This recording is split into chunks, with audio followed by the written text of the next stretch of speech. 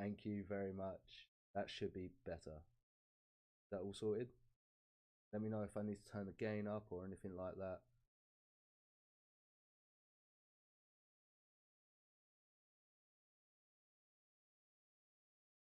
We better? And then I'll start all my spill again, because clearly forgot.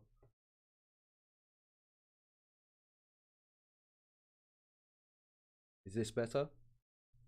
I'm turning my gain up. Is this better? How we sound now? Too loud?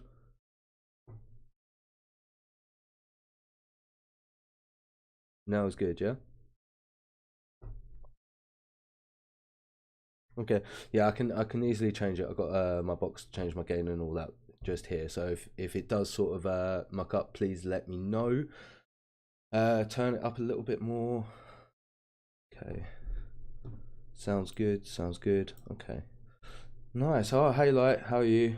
Cheers Cam, how are you doing? Right guys, thank you very much for letting me know about the sound. Just going to jump on some reactions. I think we're going to do the assassination of Julius Caesar right now. I'm very looking forward to this one. Then also what we'll probably do is I'm going to be recording these obviously to then post onto the channel later. I'm going to try and do this a bit more regularly, so let me know what you want me to do after this. I was thinking either doing a episode from History Marche's early Muslim conquest expansion, a episode from Warhawk's ACW series, episode from Kings and Generals Mongol series, and maybe something from Count Dankula as well. And then yeah, I will probably take a little bit of a break in an hour or so, but I'll just put the other screen on, be a 5-10 minute break while I just sort of grab a drink and go for a wee, and then we'll jump on to some other bits and pieces as well. So if there's any other reactions I haven't sort of mentioned, please let me know if you want me to react to those as well. But yeah, there's a few people of us now. The sound's all good, so I think we're going to jump into it in a second. Obviously I'm testing a few things out, so I'm about to hit record. So if it sort of buffers or lags or anything, just let me know so I can sort that out. But yeah, I think we're going to jump straight into this one and then go from there. I'm really looking forward to this episode as well. Kings and Generals make amazing content. Right.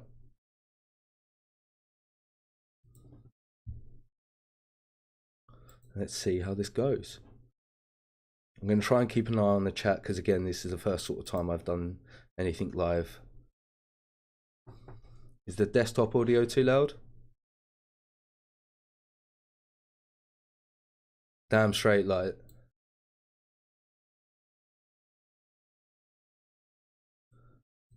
How's the desktop audio before I continue? And you're right, like, Caesar. Oh, Caesar, my boy. I'm sorry, I think I prefer him over Napoleon. But Napoleon's definitely up there. I don't see desktop audio is not there at all. Okay. It is super loud for me.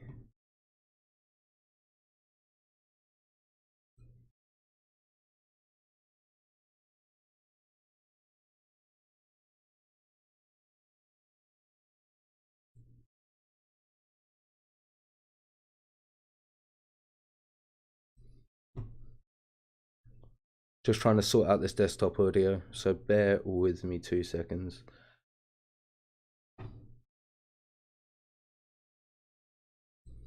How's that?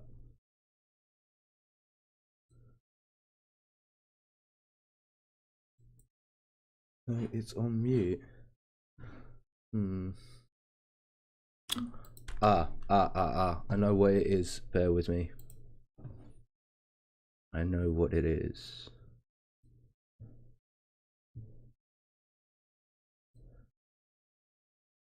Sorry, I've got it. That should be sorted. It should be sorted now. But let me just try it. I think there's a settings for recording instead of live. It'll probably be a bit too loud now. Caesar's reforms had left a huge impact. Thank you for being patient with me. Can you hear me over it? And although his How's it sounding now? with the masses was immense, there were men at the top of the Roman political ladder who were plotting against him. How's that looking, guys? Can you hear me okay over it? It should be sorted now. Or am I just being silly? Yeah? Yeah. And how does my voice sound over it? Like, is it okay? Or is it like, am I peaking? Am I unpeaking? The balance is fine. Thank you very much. All right, without further ado, we'll jump into this. Thank you very much, Light.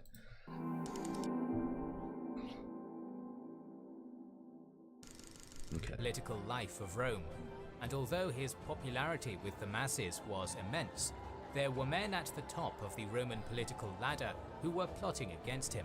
In this episode, we shall look at the motivations of these conspirators, which led to the assassination of Caesar on the Ides of March 44 BC. According to the Roman historian Suetonius, Gaius Julius Caesar was a big fan of trimming, plucking and shaving tyrant, and this summer and shine with Manscaped. Reforms had already led some to see him as a tyrant, and this was compounded by rumors that Caesar planned to overthrow the Republic and become something the Romans hated most, a king of Rome. These rumors were not unfounded. As dictator, Caesar was proclaimed father of the country. And then also look what happened after him. Do you know what I mean? Literally straight after him is when become emperors. So it was understandable why they were so feared that of what was going to happen, you know.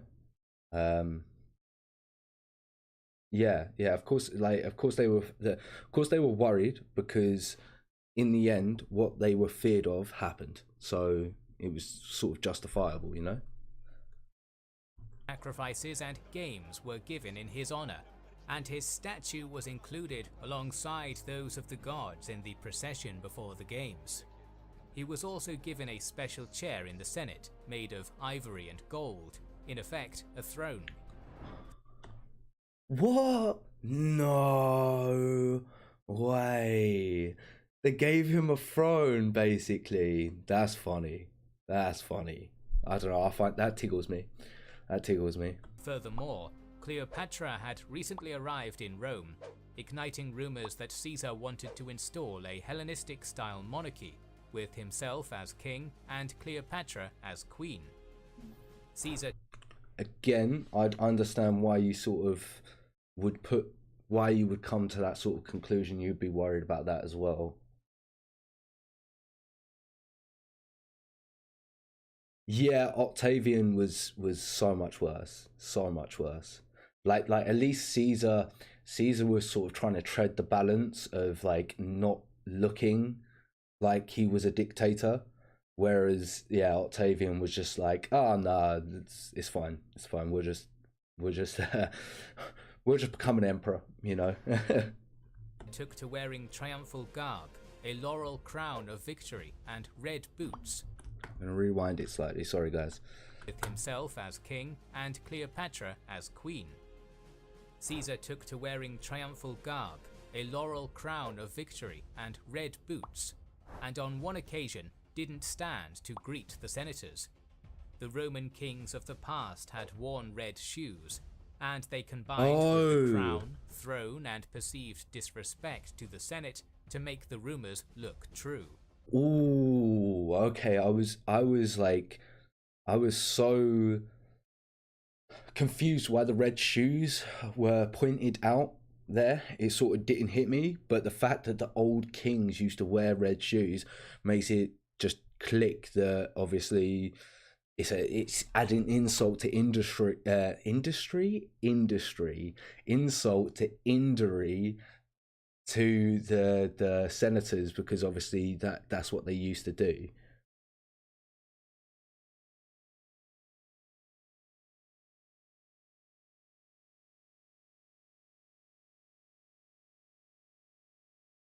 Oh really? Like I didn't know that.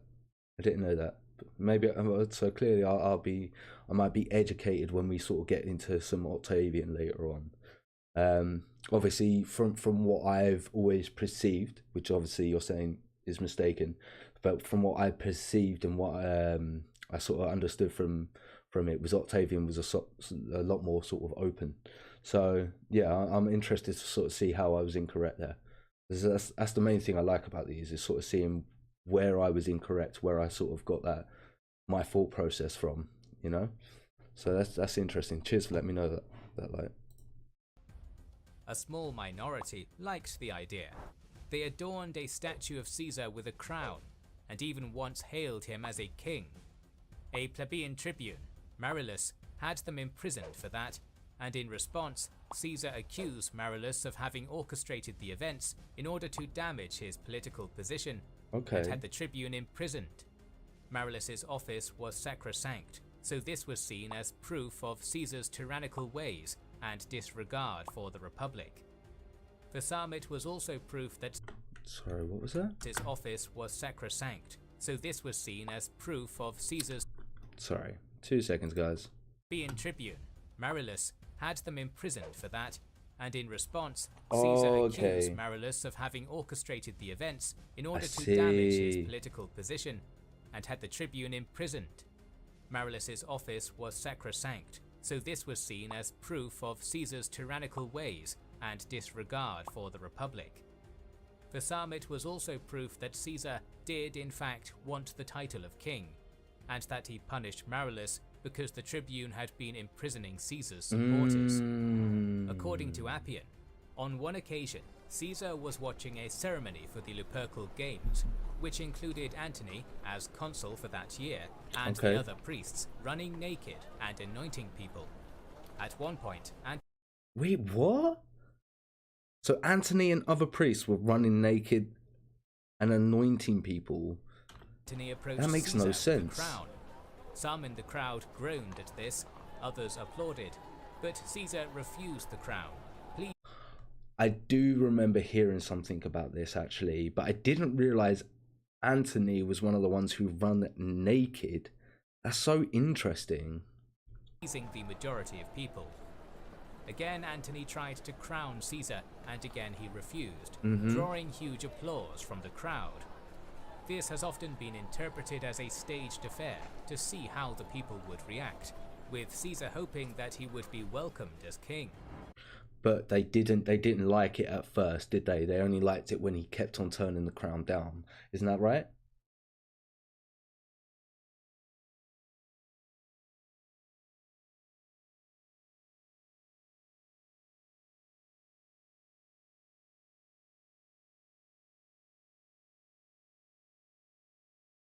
So I get what you're saying, like, but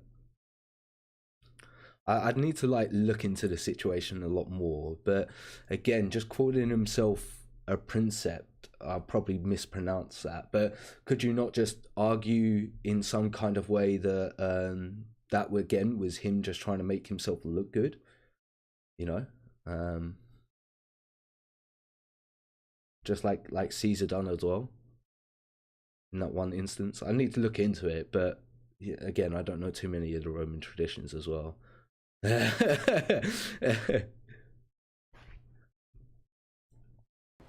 Combined with Caesar's other actions, some were convinced that Caesar would use his powers as dictator to become a monarch. In the ancient sources, it is these reasons that are given for why the conspirators decided to plot against Caesar and later dubbed themselves liberators. However, there is also evidence to counter these claims. Caesar forbade any from calling him king. But again, that was just to make himself look good, right? Saying that he was not king, but Caesar. And Dio points out that he did not ask for any honors. Some of them were enacted by his past enemies, like Cicero, eager to curry his favor, while many of his allies likely thought that he really did deserve the honors bestowed on him. It was in Caesar's interest to therefore try to appease both sides, accepting some honors while denying the more egregious ones. Caesar's punishment of Marullus was arguably overzealous, but it may have been done to try and maintain neutrality with the party that apparently did want him as king. According to Dio, Caesar's wearing of a triumphal crown was to try and hide his baldness. Similarly, Plutarch claims that Caesar not standing to meet the Senate was due to Caesar's illness, which often made him dizzy and faint if he stood up quickly after being sat for too long. It's just people trying to find justifications, you know, whichever side that you are on, you are just sort of trying to find the defenses or the holes within the opposition of the enemies, so the holes of the opposition's argument, and obviously the defenses of your own argument, to make yourself look good and make them look bad. So that's the issue here. I generally think that Caesar just he wanted the power, and he wanted to see how far he could make him. I do think he wanted to be the sole ruler, and I do think that he just kept on testing to see how far he could sort of push those limits. Lastly, there is the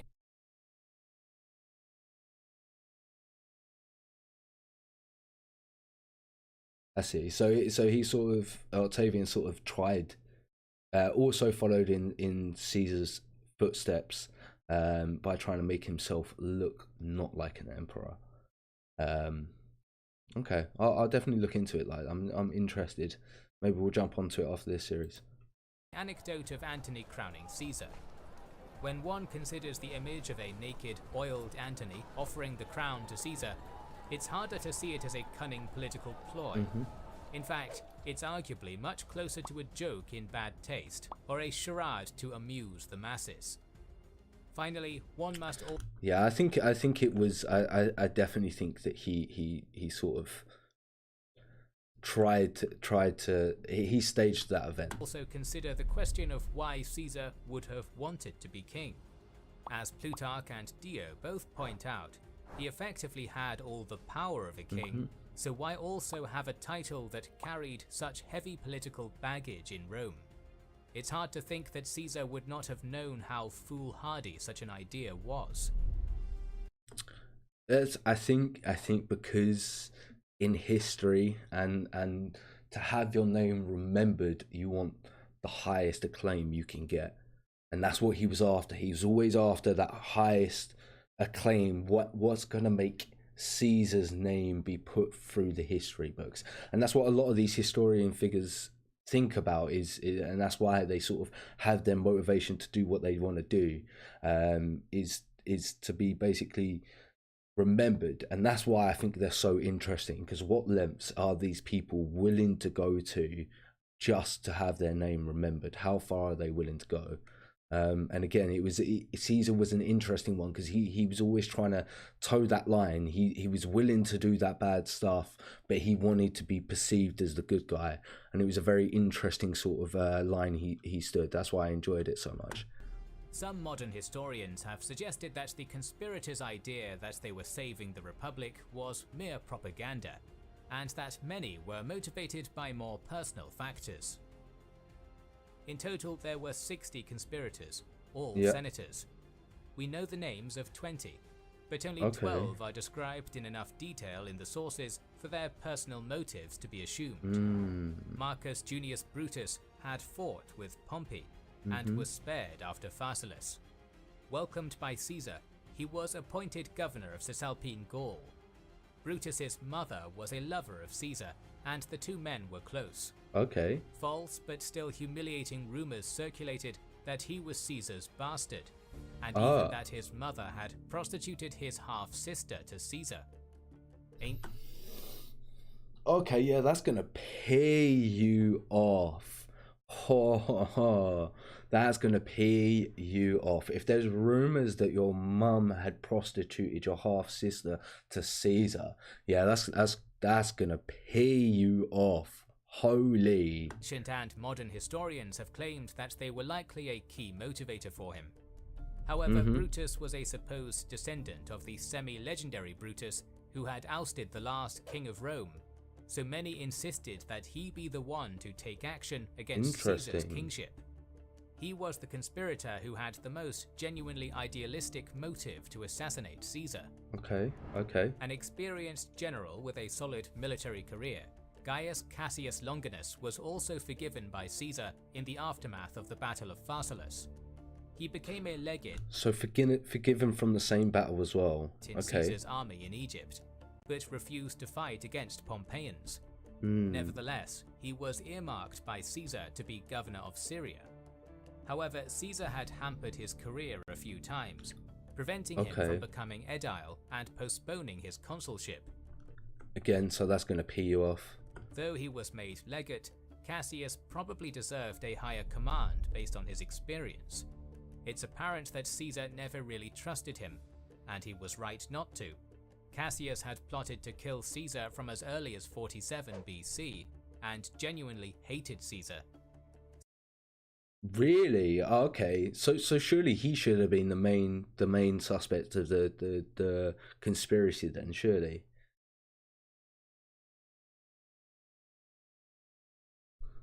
Certainly motivated in part by his Pompeian loyalties, Cassius disliked Caesar for personal reasons, and was the most active about the plot. Oh, he was the most Decimus active. Junius Brutus had fought with Caesar in Gaul, and was one of his most promising subordinates.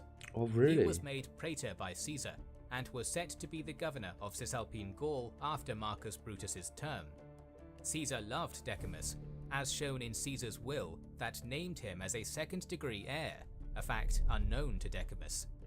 This meant that if Octavian had died before, Decimus would have been legally adopted by Caesar and been his heir. How guilty would you feel?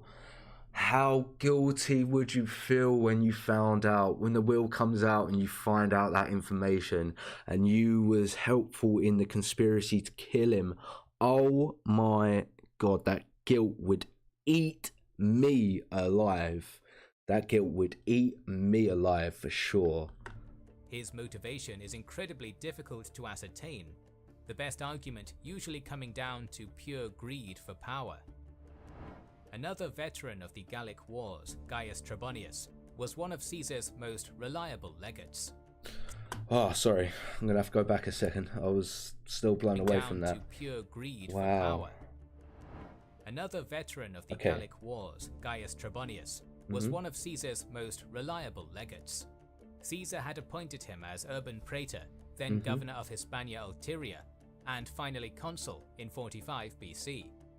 However, his year as consul was undermined by Caesar, who appointed a replacement consul for Trebonius's colleague, who died just one day before the end of his term, which was considered a mockery of the consulship. Trebonius may well have seen this as an insult, motivating him to join the plot. Okay, I see. That's... seems like a bit of a silly reason to be involved now. Yeah, like that one definitely did hurt. Yeah, I think I'm about to find that out. It seems like quite a few of them were trusted. We had 2 people from the Pompeian faction so far. So we'll see who else was close to him. He also participated in a failed plot against Caesar, suggesting to Antony that they should murder Caesar.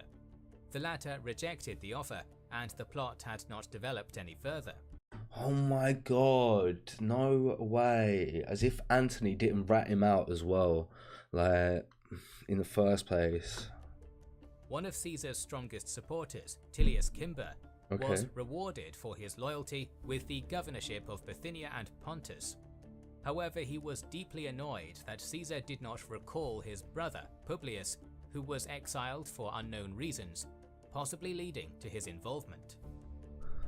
What a petty reason. What a petty reason. Clearly your brother had done something wrong. Oh my God. Like, he's exiled. Deal with it. You're one of the most powerful men. Send money to him. Let him live somewhere else. God's sake. Petty reason to kill someone. Please beg his brother's still not allowed back. Like, make it all pointless at least for him. Publius Servilius Casca was one of the oldest friends of Caesar. Casca appears to have fallen on hard times financially, and may well have been angry that his old friend had not helped him more in this regard. His brother Gaius joined the plot to support Publius. A tribune of the plebs, Pontius Aquila, was publicly mocked by Caesar when he refused to stand during one of Caesar's triumphs. He also had some land confiscated and given to Brutus's mother, Caesar's lover, giving him a deeply personal motivation for joining the plot. Again, some of these reasons are just so petty. That one wasn't like worth it really either.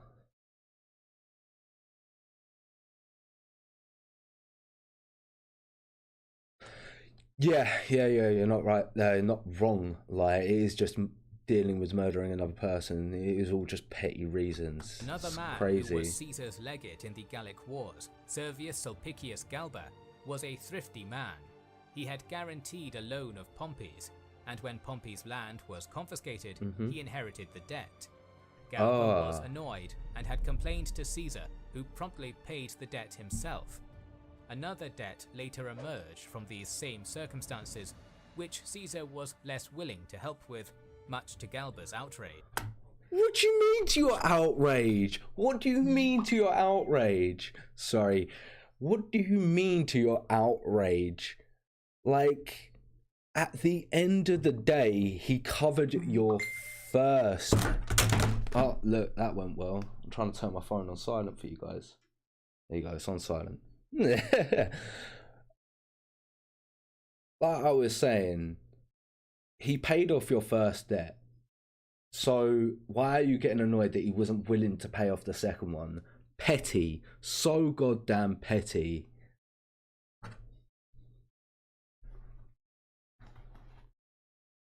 You are right, yeah. I guess if they thought they were going to get any sort of power, it is worth it to them.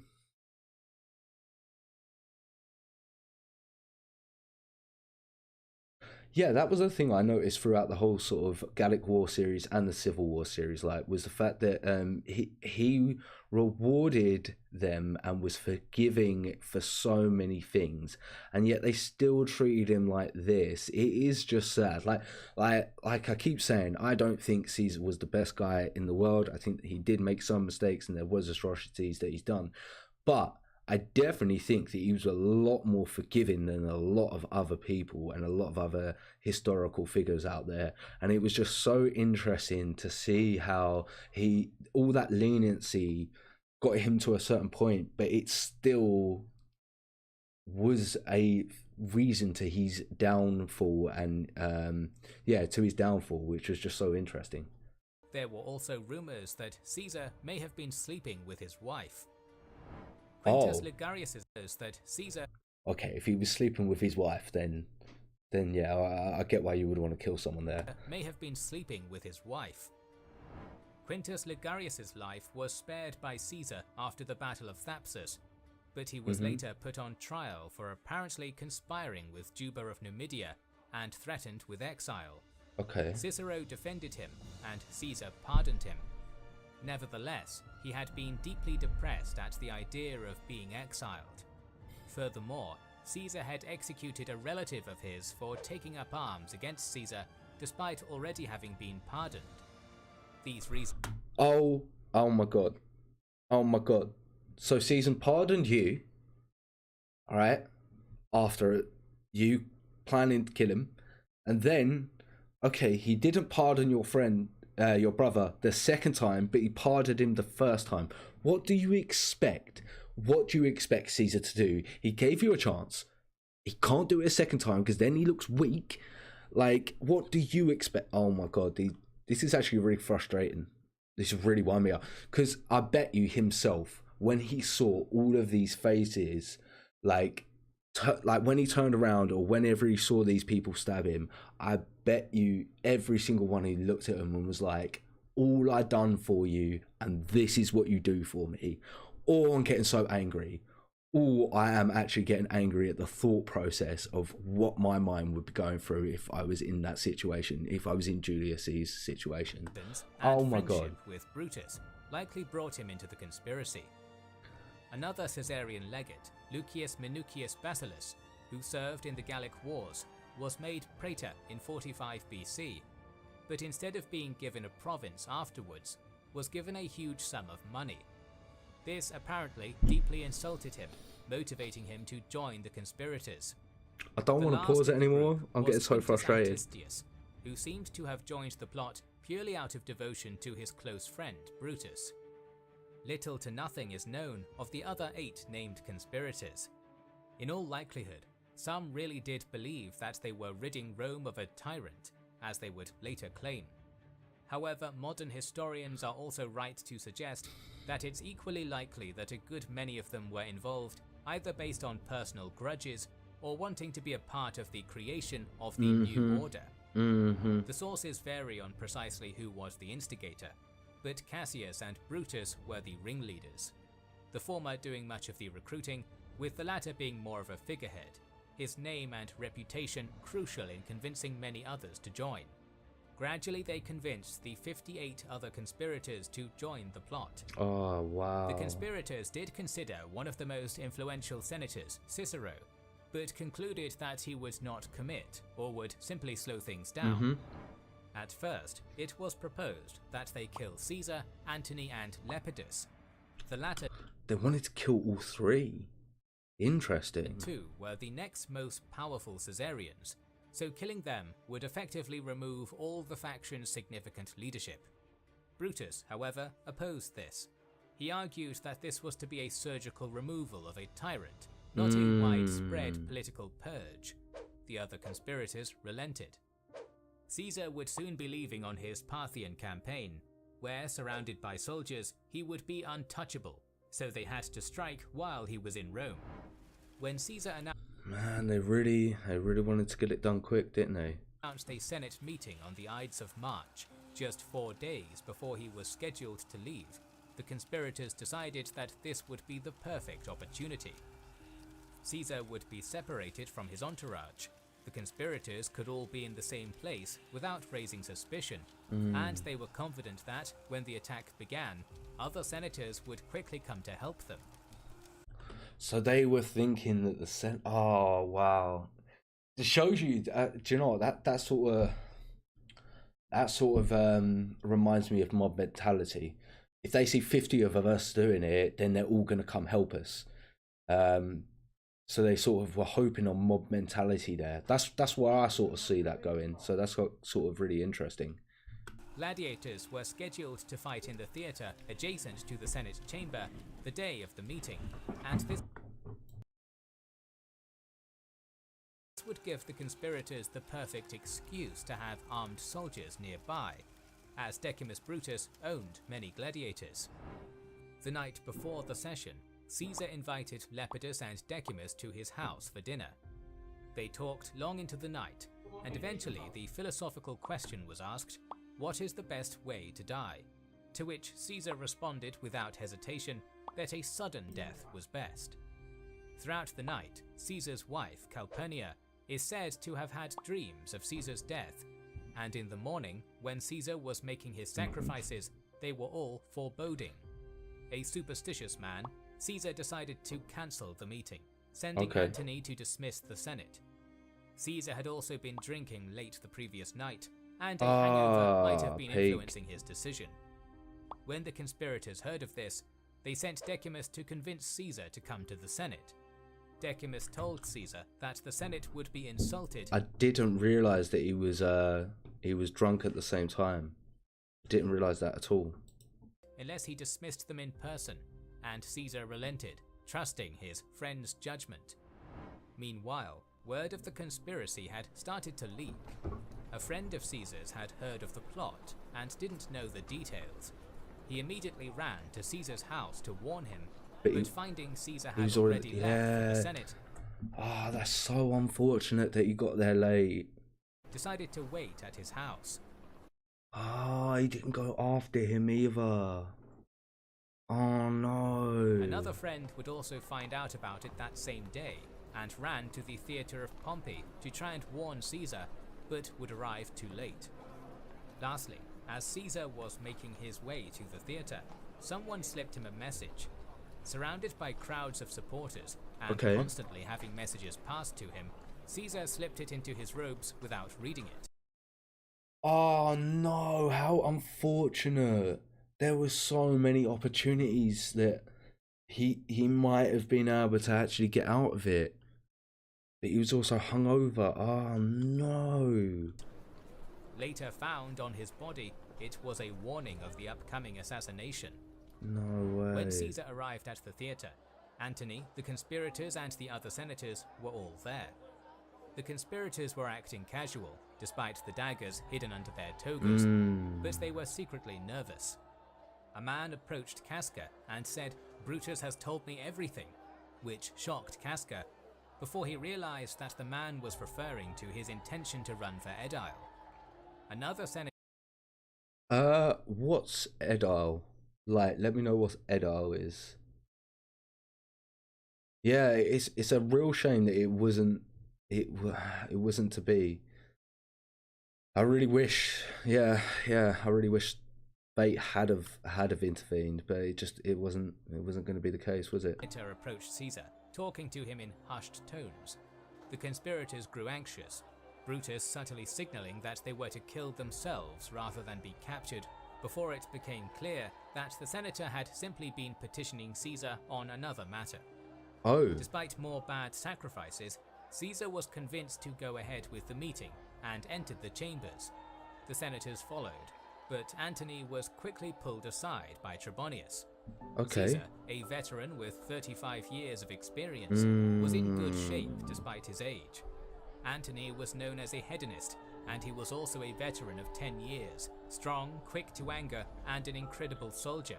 Okay. Together, the two of them might have been able to fight a way out, so the conspirators had entrusted Trebonius, one of Antony's closest friends, with keeping him out of the way. Ah, that's why Antony got pulled to the side. I was wondering why that was important. That makes sense. Alexis. The others are responsible for maintenance of the public buildings and irrigation. Perfect. Thank you very much, Light. Yeah, it was. Yeah, of course I knew it was a position of state, but I was wondering what one. So, Light said it's the maintenance of public buildings and the regulation of public festivals.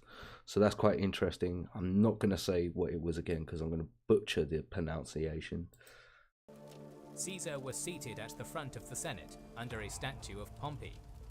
Cimber approached Caesar, petitioning him to recall his brother from exile. The other conspirators gathered around, encircling Caesar, and suddenly Cimber pulled Caesar's toga down, exposing his shoulder, the signal for the attack. Caesar, who as dictator was protected by law, pushed Cimber back, saying, "This is violence."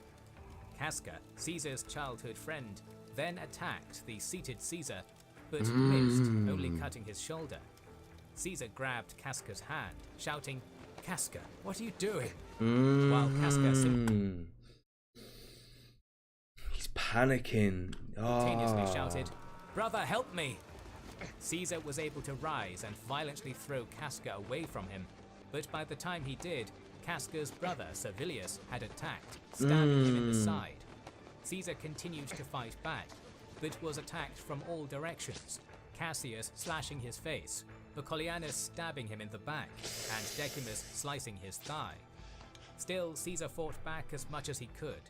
Brutus was the next to approach him, and Caesar sunk down, either due to blood loss or having now lost the will to fight, and Brutus stabbed him in the groin. Caesar pulled his toga over his head to hide his face, just as Pompey had done when he had been betrayed and murdered.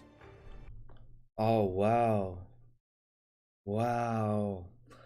Wow. So savage as well. It's just such a savage mob murdering of a man, you know? The betrayal is so real, like it's I feel bad for him. Like, the guilt is hitting me and I'm not even committing it. Like, it's crazy. Caesar resigned himself it is just cowardly murder. And died in a pool of blood at the base of the statue of Pompey.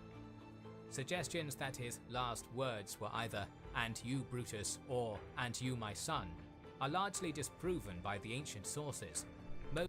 Yeah, I bet you could barely even actually get a word out. Like, being stabbed that many times, I bet you his mouth was full of blood. He could barely string a sentence together, and the shock as well. I bet the shock hit his body.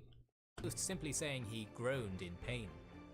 His body had 23 stab wounds, many of which happened after his death, when the conspirators had gathered around to stab his body, some even wounding each other.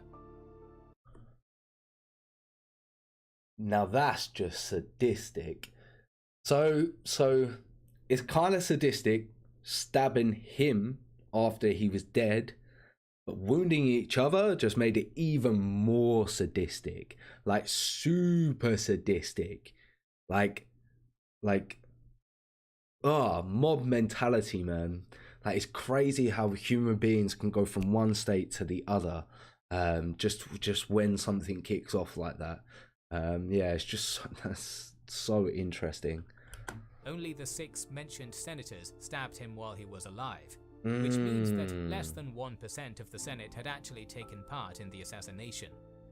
Furthermore, the analysis of his corpse at the time determined that only one, the attack from Servilius, was fatal. The fact that they could not strike a fatal blow on an unarmed, already wounded man perhaps tells us something about quite how panicked they were. Yeah. Out of 60 conspirators, most did not even take part in the stabbing, suggesting that many had joined simply out of political opportunism. Gaius Julius Caesar had been assassinated by men who had either been spared by him or trusted as friends. Dio later wrote of Caesar that if he could have chosen, he probably would have wished he could have died at Munda as a soldier. Even the ancient historians who were critical of Caesar, such as Dio, recognize that such a death was somewhat of a tragic end. For some, Caesar... This death is such a barbaric and brutal death for someone who wasn't the worst fascist or dictator in the world, you know? Who was very lenient, who didn't put his people through terror or war.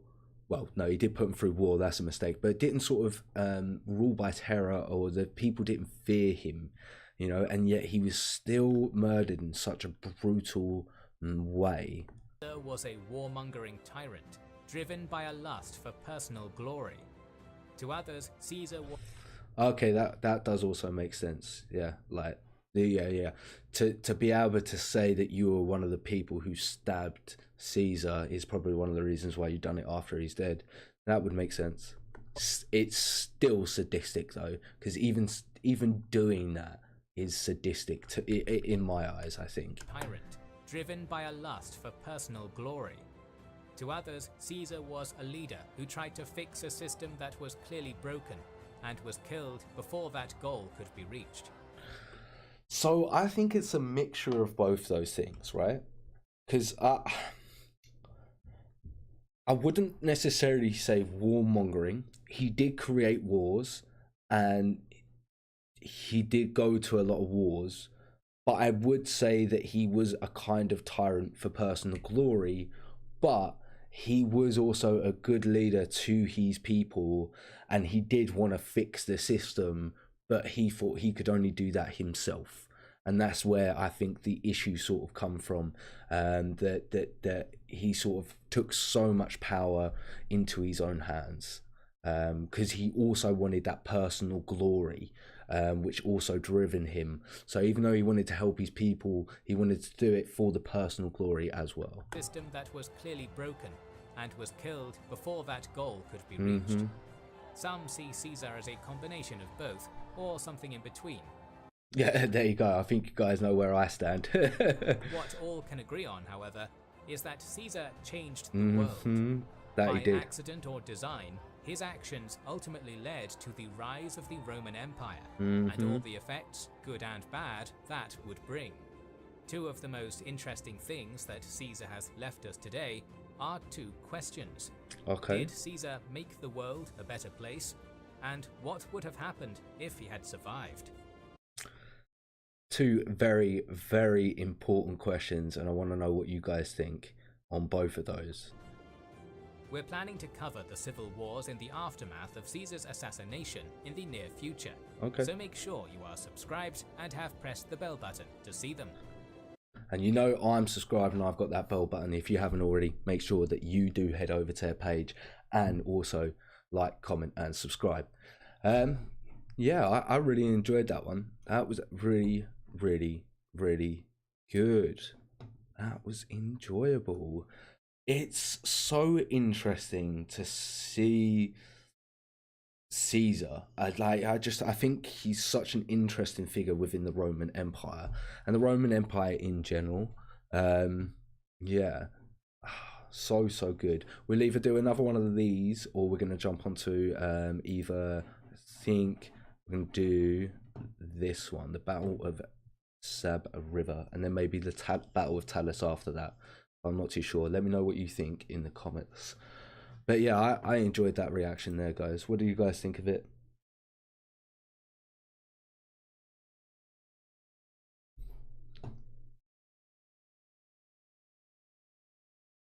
Yeah. Roman politicians accusing a Roman politician of being a warmonger is absolutely hilarious. As which Roman politician wasn't a warmonger? Let me know.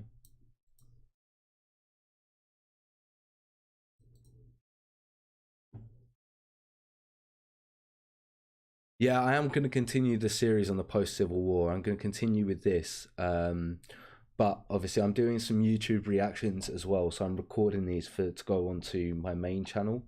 So I want to sort of stick with some of the series I'm doing. For the last 3 weeks I've done really well for sort of keeping a good schedule. Of Mondays I sort of done a Roman thing, Tuesdays was the Muslim conquest series, Wednesday was the Mongol series, Thursdays was ACW series, and then Fridays was X Credits Japanese series. So I want to sort of try and stick onto that sort of that schedule. But I had to drop a different video yesterday because I didn't have this one up. So this one's going to probably go up tomorrow. There's not a drop today because obviously I've gone live. So I'm not gonna do the Battle of Talus just yet. We've got this episode next, which is probably what I'm gonna do. The battle is the Zab River 750 AD, and then after that, I'm probably gonna do the Battle of Talus. Maybe later on tonight, or on the next stream tomorrow, because I think I might try and do this tomorrow as well.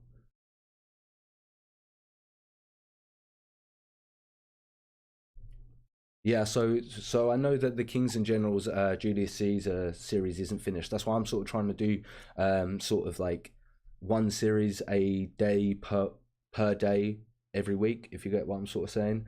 So on the Mondays we'll stick with this Julius Caesar series on my main channel. Like I say, I'm not going to do the Battle of Talus just yet. I'm going to do the Battle of Zab River, and then we'll probably do the Battle of Talus later on tonight after the break, or tomorrow stream.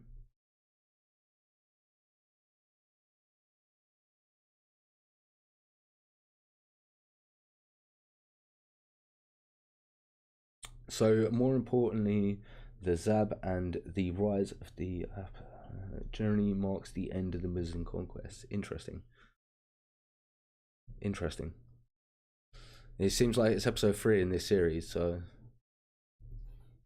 we're probably going to jump onto this.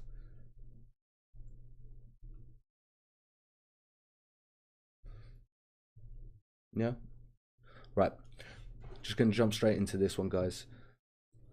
Just going to have a sip of my water. Actually, 2 seconds. I just got a knock on the door. Literally 2 seconds.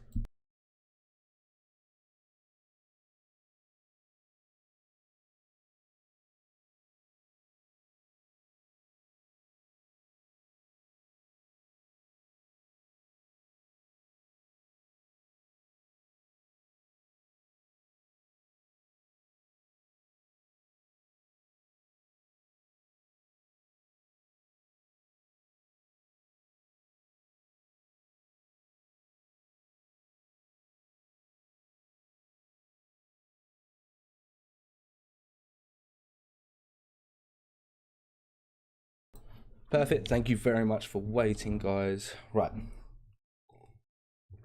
Okay. Battle of the Zab River 750 AD. Let's go.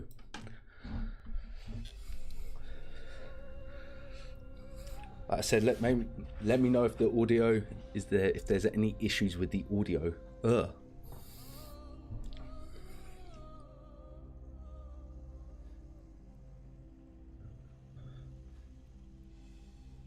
It's the 8th century CE.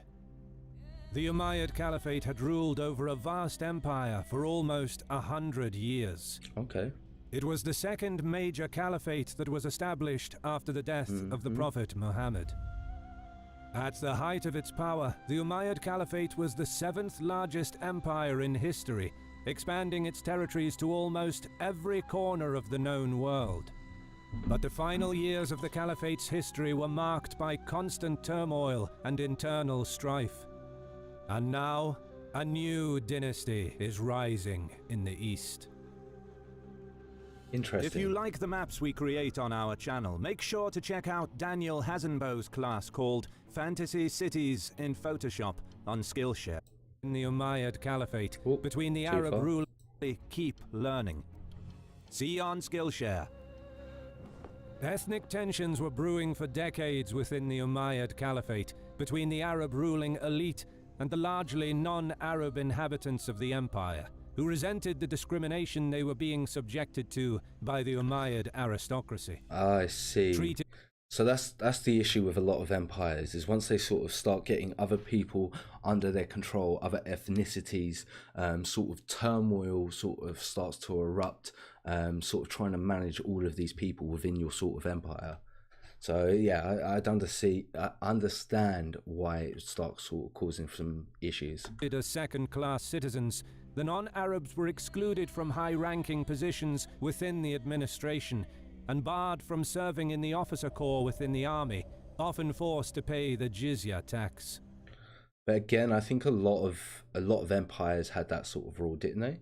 I think there was only a few that probably had exceptions that sort of an exception to that. Yeah, I agree. Like Byzantine Empire was just the Eastern Roman Empire. For simplicity, it's easier to say that, but I understand why people call it the Byzantine Empire. But yeah, for my easy monkey brain, I think it's just easier to say the Eastern Roman Empire than the Byzantine Empire, especially when people correct it. When you know that I know both terms, but I just say what's easiest.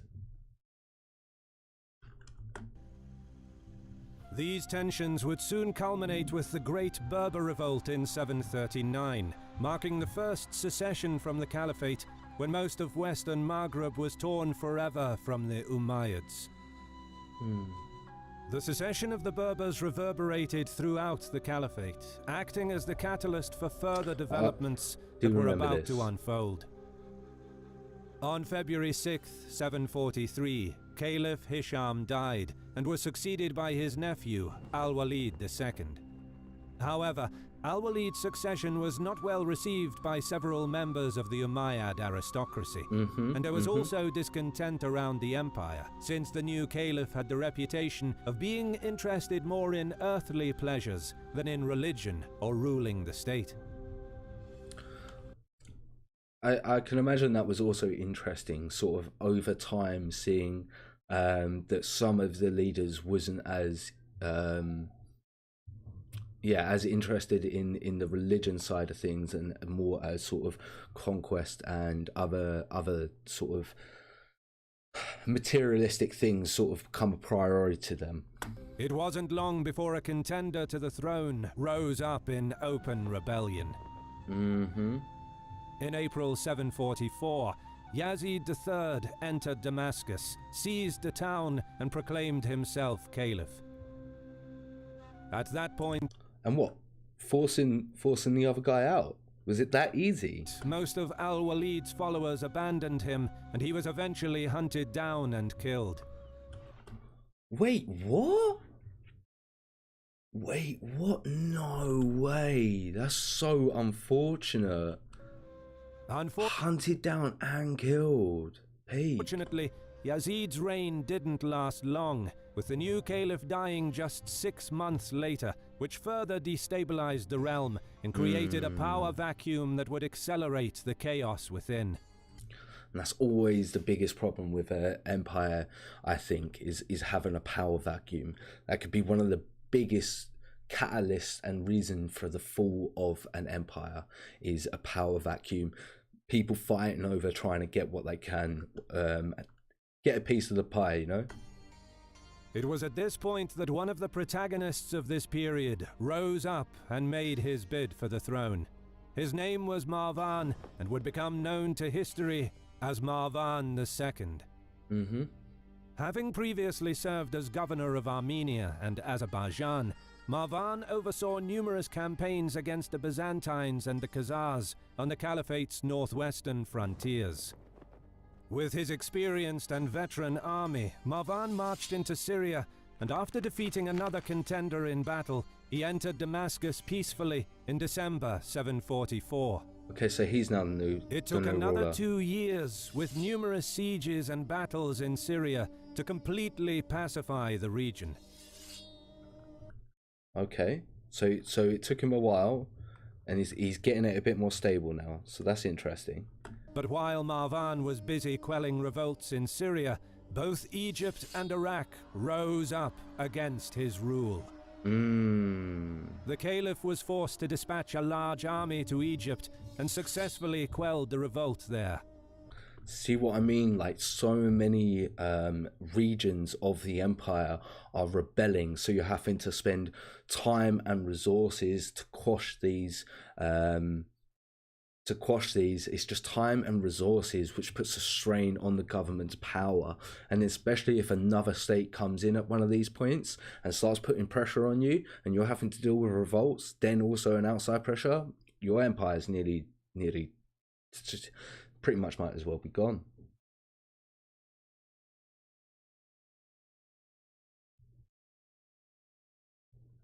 Yeah, I've heard about a lot of people considering the Byzantine Empire not to be Roman.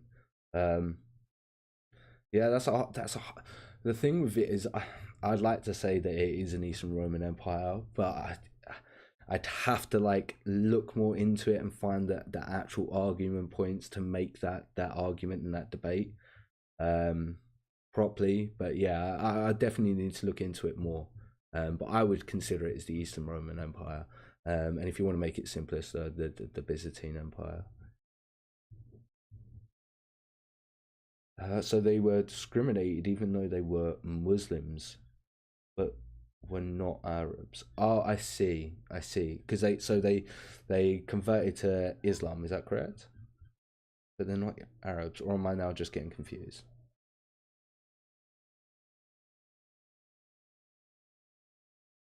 Yeah, and again, you're also right. Like, just when in doubt, just take a big army and overthrow.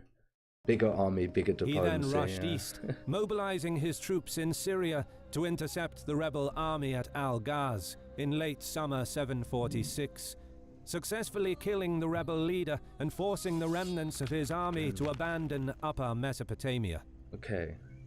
This continuous turmoil after Marwan's ascension to the position of Caliph came to be known as the Third Fitna, or the Third Muslim Civil War, which lasted for most of his reign.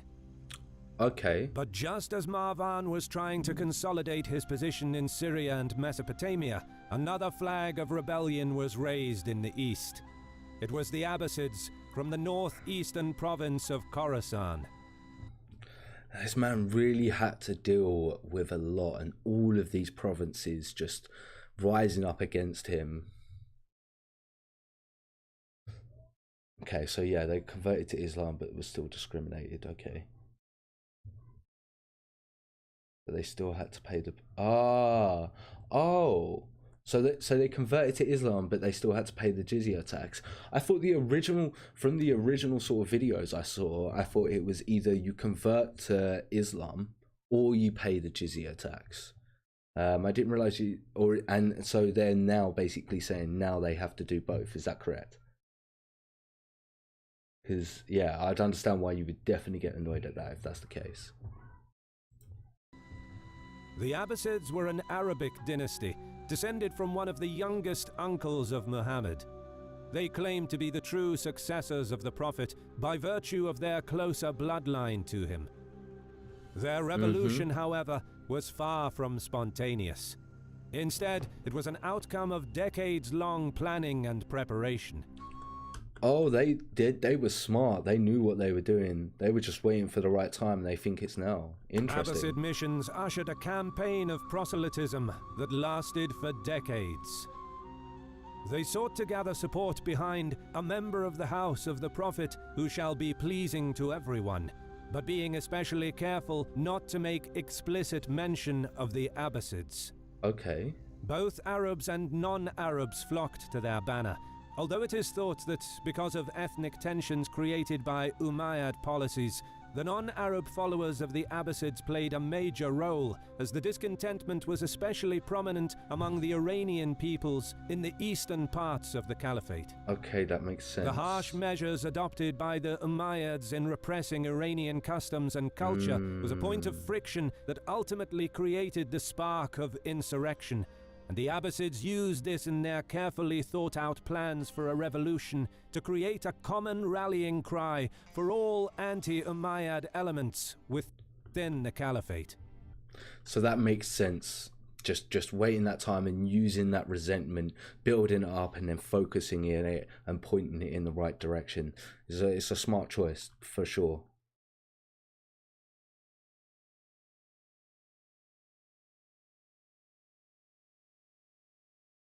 Okay, makes sense about the jizya tax. I'm all up to date. Thanks for updating me, guys. In 747, the legendary military leader of the Abbasid revolution, a man most probably of Iranian descent who went by the name of Abu Muslim, was sent by Ibrahim, the Imam of the Abbasid family, to initiate the revolution in Khorasan.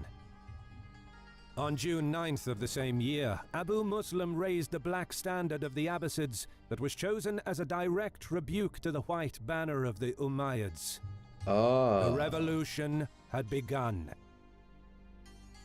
With a force of about 10,000 men, Abu Muslim marched on Merv, and by February 14th, 748, he expelled the Umayyad governor of Khorasan and took the city. Abu Muslim's officer, Qutbah ibn Shabib, was quickly dispatched against Sayyar, chasing him all the way to Kumis in western Iran.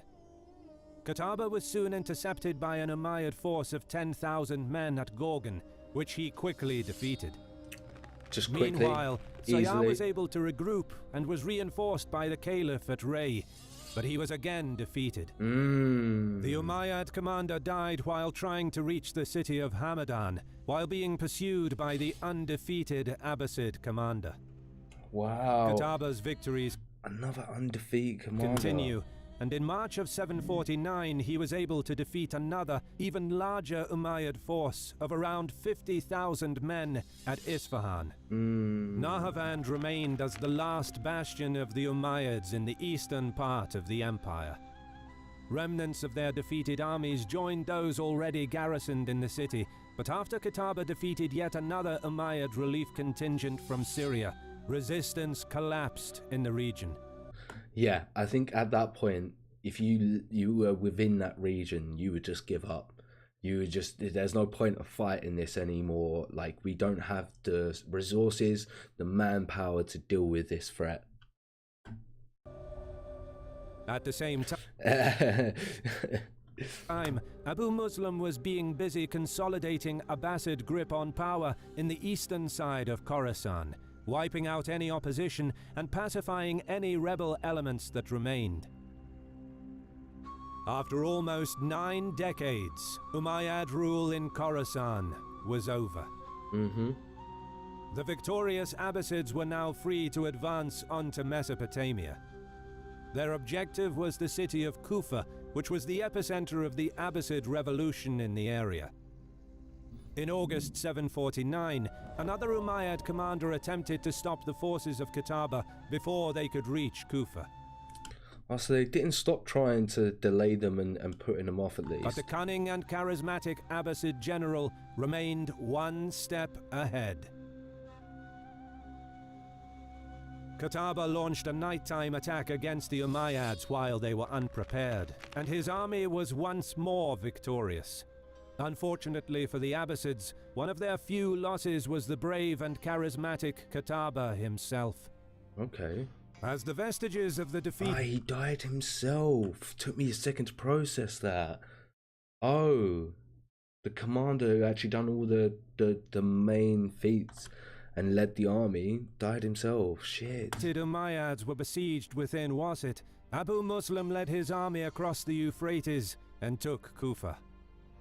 On Friday, November 28th, 749, Asafar, the great-grandson of Muhammad's uncle, was proclaimed the new caliph in Kufa, with the backing of Abu Muslim and his army.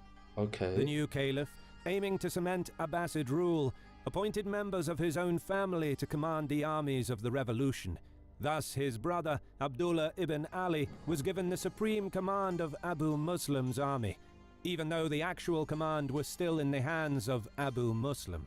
Okay, makes sense. Now, with the strategically important city of Kufa under Abbasid control, Abu Muslim marched towards Mosul, with more Abbasid contingents joining the main bulk of the army on its march. At this point, Marwan II, who had amassed a large army in Haran, advanced toward Mesopotamia in order to meet the Abbasid contesters. How are they going to deal with this then? I mean, the Abbasids.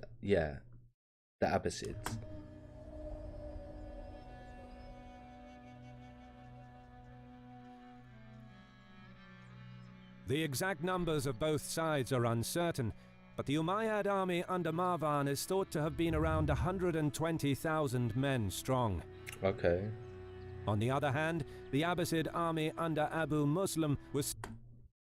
Yeah, these old maps are interesting. Which one's cavalries?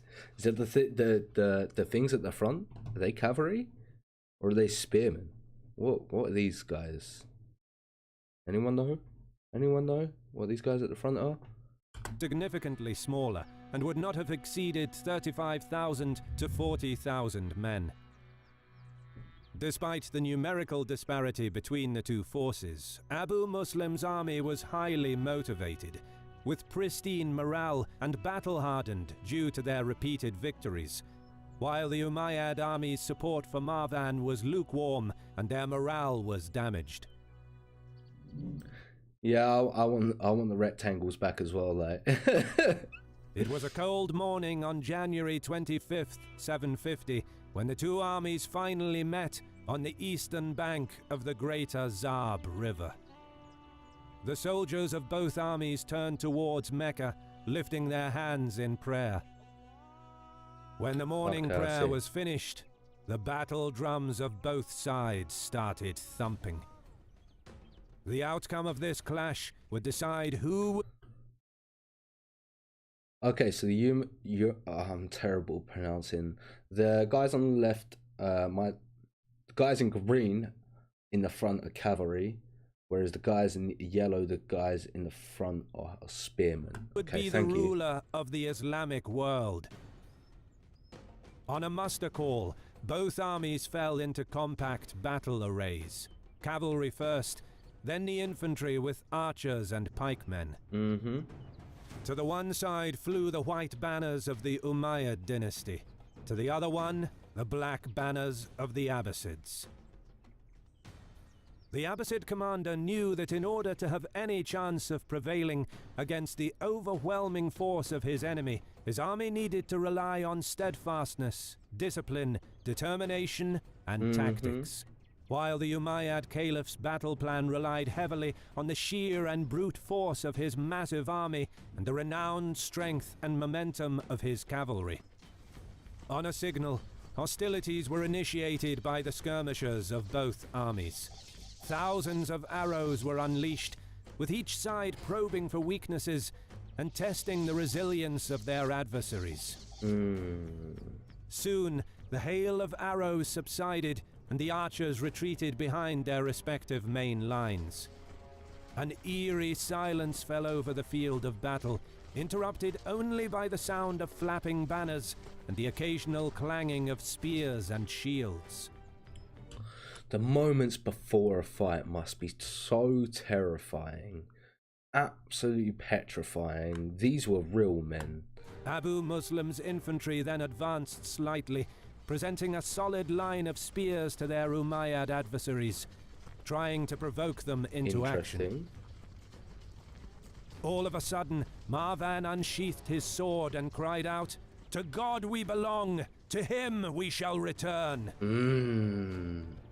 It is impossible to estimate the exact number of Umayyad cavalrymen that charged against Abu Muslim's tightly arrayed spearmen that day. What? They're running towards spearmen? But they were several thousand. One Abbasid soldier described the large Umayyad army by saying that the Syrians attacked them as if they were a mountain of iron. This mountain of innumerable thundering hooves swept through the field, heading straight toward their enemy, endeavoring to once and for all destroy the pretenders. Surely you would try and get a flanking maneuver with your cavalry, right? This don't seem right to me. But Abu Muslim was prepared for this eventuality and had his army specifically trained to receive the charge of Marvan's cavalry. Despite the horrifying prospect of the impending impact with thousands of galloping horses, the Abbasid troops held their nerve and stood their ground. It wasn't long before the two forces clashed. Thousands fell from both sides during the initial impact, and the tremendous momentum of the cavalry almost caused the solid Abbasid line to give way. But it didn't. It stood, right? Abu Muslim's disciplined spearmen were able to retain their formation and neutralize the initial shock of the charge. Now the battle devolved into chaotic individual combat, with numerous Umayyad horsemen dismounting in order to fight more effectively in close quarters. Wow, all that advantage of your cavalry just being taken away because you're getting on foot. Wow, I can't believe it. Yeah, it's not looking good. But the dogged Abbasid spearmen began to get the upper hand. With losses mounting for the Umayyad cavalrymen, the Abbasid troops were able to synchronize their efforts and gradually push back their foe. At this critical moment, Abu Muslim ordered his entire army forward. It was more than the spent Umayyads could handle, and they soon broke and fled across the entire line. Abbasid cavalry mercilessly chased down the retreating enemy. Oh no! Seeing their vanguard broken, the rest of Marvan's army decided that the best course of action was to abandon the battlefield. Oh my god, they're just gonna run. They're not even gonna use the damage that the cavalry done, even though it was probably not that much and not that significant. They're not going to take advantage of that and then basically send the infantry in. Everyone just runs. Oh my god, this is so unfortunate. So many mistakes made. Peak. But with the river Zab at their back, blocking their line of retreat, thousands more drowned during the massive rout. By noon of that fateful Saturday, all that could be heard at the shores of the greater Zab were the desperate screams of Umayyad troops, falling in their thousands, and the frantic battle cries of the Abbasids. Oh my god, they were drowning and just getting slaughtered on the retreat. Oh no, this is so unfortunate. Abu Muslim and the Abbasids were triumphant. The Umayyad Caliphate was no more.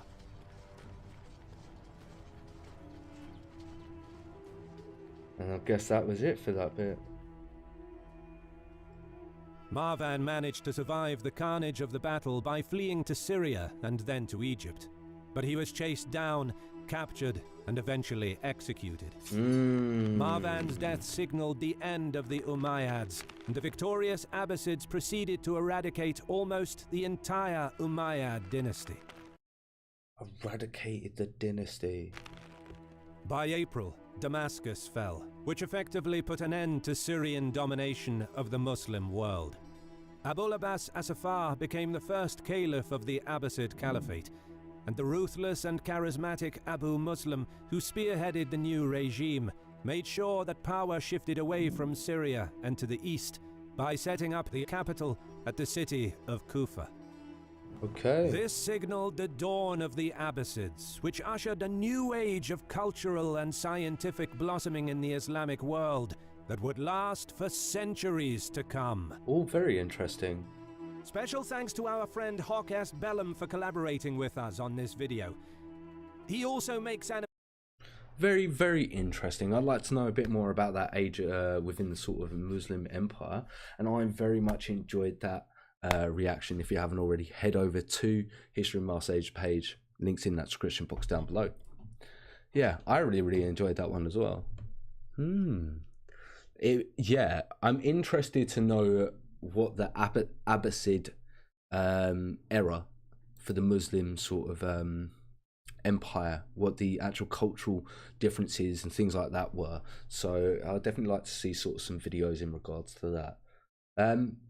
Should we do another, should we jump onto ACW, or should we do another Julius Caesar reaction? Or I've got Count Dankula, or we got a Mongol one. Epic teaser has a video coming up.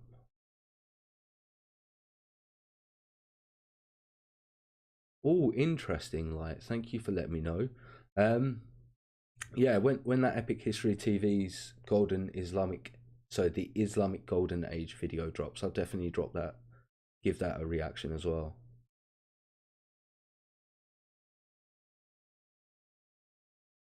So the Abbasids were different and more tolerant. In which way were they more tolerant? Yeah, let's go Caesar. Well, post Caesar. Another Caesar. Nice. Okay.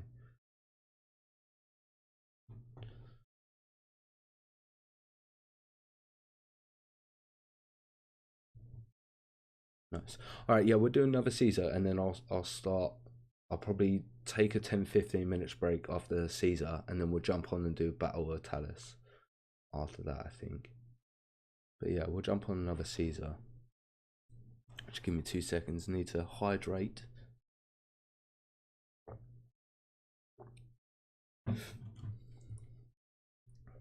I'm trying to do my best with not talking about to the chat too much, but also still trying to talk to you guys.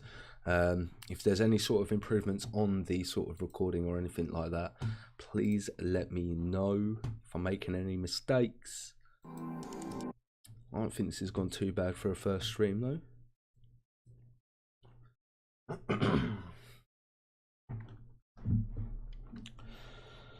They basically stopped their Arab-centric ways. Oh, I see.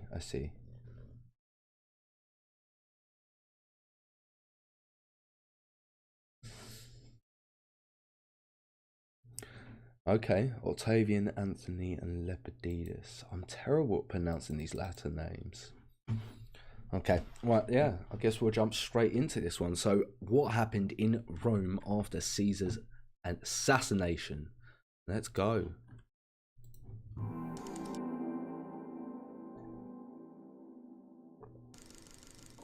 The conspirators had assassinated Caesar, supposedly under the impression that by removing a tyrant, order and true republican rule would be restored to Rome.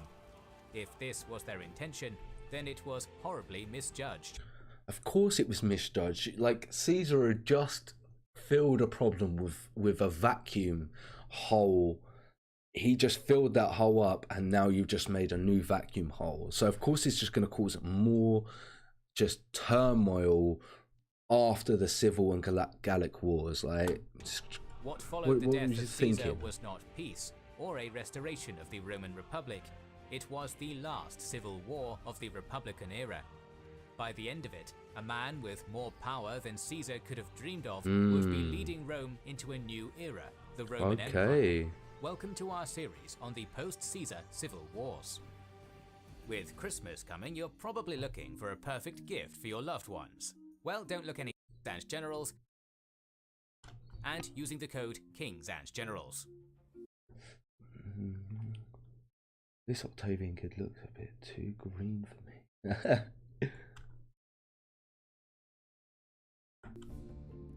As Caesar's dead body lay at the base of the statue of Pompey, chaos erupted. Senators, unaware of who was involved in the plot or who the targets were, ran from the Senate, fearing for their lives. The conspirators, understandable, some of whom had wounded each other, also rushed out, brandishing their blood-stained daggers and proclaiming the death of a tyrant. All the public saw, however, was the leaders of government shouting and panicking, some covered in blood and others wielding weapons. In this chaos, Antony, who had not entered the chambers, was able to slip away in disguise, barricading himself in his house. Yeah, I bet he was absolutely petrified of what's going to happen to him in the aftermath of this. Are they going to come after him and anyone else who Caesar was close to? And again, the public seeing, you imagine nowadays, right?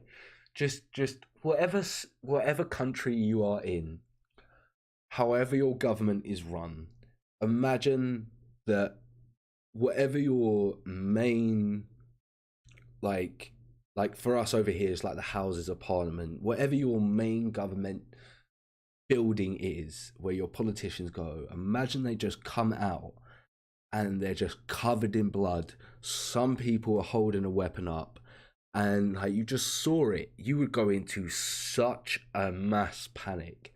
Like I wouldn't be able to comprehend that. I'd stand there in shock, I think, if I saw something like that. So of course it's going to cause so much turmoil within the city when this happens. Some uninvolved senators saw an opportunity to align with the conspirators and seize daggers, and boasted of having taken part themselves. The group merged with Decimus's gladiators stationed outside of the theatre and went to the center of Rome, announcing that a Brutus had once more rid Rome of a king. The public, however, was not won over.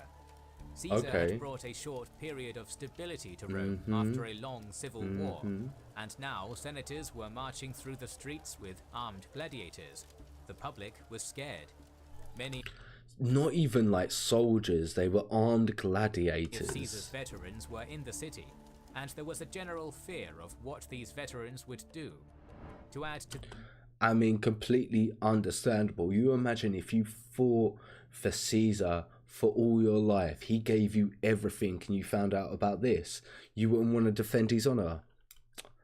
Come on. This terror, Lepidus, who had since heard the news of Caesar's death, had gone to Tiber Island, where his soldiers were stationed. He then marched them to the Campus Martius to await Antony's arrival. Okay, yes. They wanted vengeance, but agreed that they could not wage war in the streets of Rome. Instead, they decided to bide their time to await the conspirators' next move. The Once again, conspirators makes sense. reached the Capitoline and blockaded themselves on the hill. Heralds were sent to again proclaim the death of a tyrant. In response, the public shouted back that all they wanted was peace. Cinna, who had been named praetor by Caesar, stepped forward and threw his official garb aside, saying it had been given by a tyrant and was thus illegal. Oh, interesting. Interesting. So he's flipping on him. That is interesting.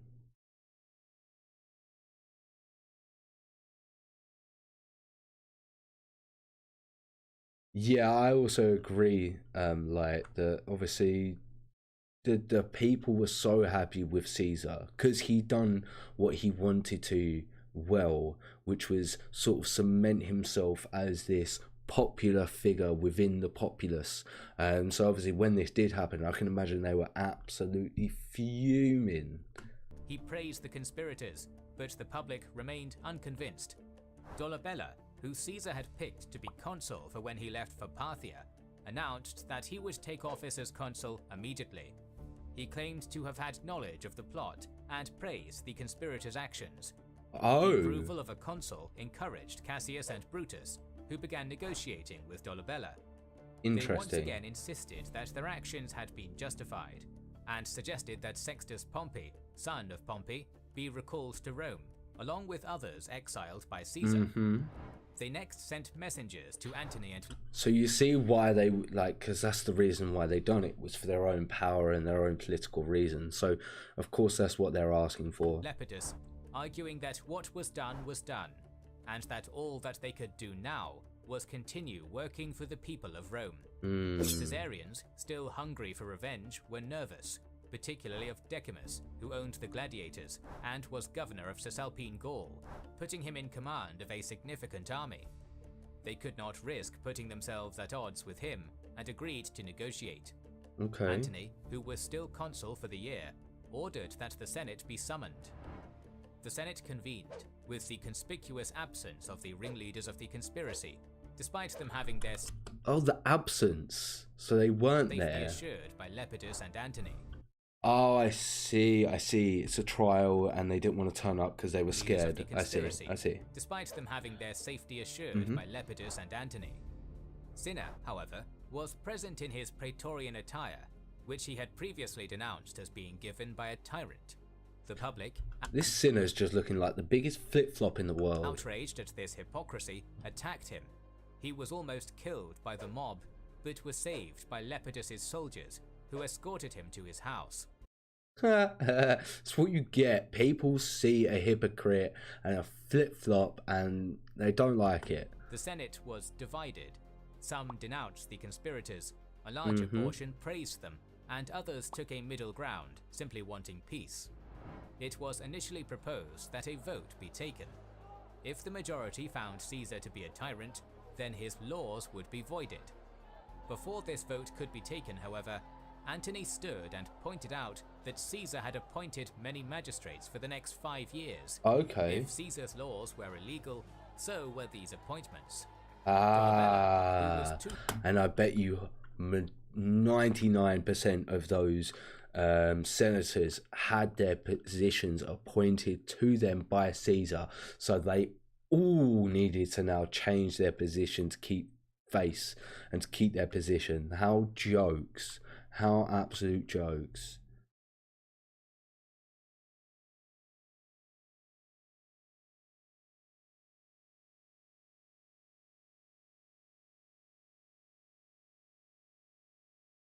Yeah, I agree. They also, the conspirators did just put themselves in danger. And like, the thing with it is like, you also like took out Caesar before there was anything solidified for you to take over. It just by killing him at this point in time, you still had the Senate who could argue against you and the whole political thing. There wasn't a solidified emperor or single dictatorship, so that what could happen is you could have a smooth transition of power. It seems like they didn't think about that at all. The state, the Roman state at this point in time was in such a turmoil point, because obviously Caesar was trying to do what he was doing, so he was getting rid of the Senate, but he wasn't fully solidified yet. So by taking it over at this point, what really could you do? You know, there was no sort of it seemed like there was no real plan of what comes after. Yeah. Yeah, I also agree. Like, it does seem like that they were completely out of touch with the public opinion on Caesar, which was very silly. Young to legally run for consul, and whose only claim to the consulship was Caesar's appointment, immediately changed his position, claiming to be horrified at the idea of honouring those who had murdered Caesar. There you go, just flip-flopping about again. Also pointed out that Rome was full of Caesar's veterans, and that they would likely not take kindly to Caesar's laws being repealed. Many of the laws pertained to the veterans, including providing... Antony's putting in work sorting this situation out. He is putting in some political work. ...for their retirement, and voiding these would almost certainly lead to a revolt by some of the most experienced soldiers of the Republic. Finally, Cicero took the stage, advocating moderation. He pointed out that seeking vengeance would only beget more violence, and that their duty was to move forward in a way that was best for the people. His solution was simple and effective. All of Caesar's actions as dictator would be ratified, and the conspirators' lives would be spared. Okay. Antony was willing to trying to do a Caesar move on him, isn't he? He's trying to do some Caesar trickery. We can forgive you on this, this, and this. Agree on the condition that Caesar was given a public funeral, and that his will be read in public. Interesting. All parties agreed, and a compromise had finally been reached. Following this meeting in the Senate, the conspirators addressed the Romans from the Capitoline. Calling themselves liberators, they claimed that Caesar had robbed the Republic of its freedom by assigning magistrates for the next 5 years, and had committed sacrilege by imprisoning a tribune. The irony of this is not hard to spot. The senators, including the supporters of the liberators, had just confirmed that Caesar's magistrate positions would be upheld. So they moaned about those same positions that when Antony brought it up, that was the reason that they stopped. Oh my god, hypocrites. Hypocrites. I hate it when people are so hypocritical. Oh my. They had the opportunity to revoke these privileges and had denied it. Yeah. Moreover, though Caesar had indeed imprisoned a tribune of the plebs, the liberators had murdered a dictator, a far more serious sacrilegious offense. Brutus and Cassius also promised to give land to Caesar's veterans, although, as Antony had pointed out, there was little choice but to appease the veterans. That's funny. That's funny. Yeah, we'll give them some land. No, you don't have a choice. You have to give them the land because they will kill you otherwise. Like, don't think that you're doing some favor to us. You have to do this. You have to. Yes. The crowd was assured by the two men that they at least seemed to be speaking peace rather than further war. With the official pardoning of the liberators made public, Cassius, Brutus, and the other conspirators finally agreed to come down from the capital. Okay. But only after Antony and Lepidus agreed to send their sons as hostages. Wow. As had been decided earlier, Caesar's will was read to the public. He gave his private gardens to the people to be used as a public space, and gave each citizen in Rome 75 drachmae, roughly 2 months' wages. His primary... Wait, what? He gave every single person 2 months' wages. How could that man afford it? I mean, okay, he was the leader of Rome, but did that come out of his own pocket? Or did that come out of the government's pocket? 2 months worth of wages back in those times to every single citizen. That's insane, right? That's absolutely insane. In Rome, 75 drachmae, roughly 2 months' wages. His primary heir was the grandson of his sister, Octavian. Like, watch out for bigger army diplomacy. Yeah. Ours is stronger than yours. A blood relation, who was only 19 years old. Octavian's life had so far been uneventful. He had made his first major public appearance when he gave his eulogy for his grandmother, and had asked to join Caesar during his African campaigns, but had been prevented from doing so by his mother. Instead, wow, he was sheltered for a long time, yet he's going to be such a significant figure. He had been allowed to join Caesar during his Spanish campaign, but had been too sick to take part in any meaningful way. While Caesar's will was being read, Octavian was undergoing military training in Illyria alongside the 6 legions Caesar had picked for his Parthian campaign. Weren't they like a loyal unit to a loyal unit to Caesar? And didn't he have a loyal commander sort of trying to teach Octavian everything, I believe?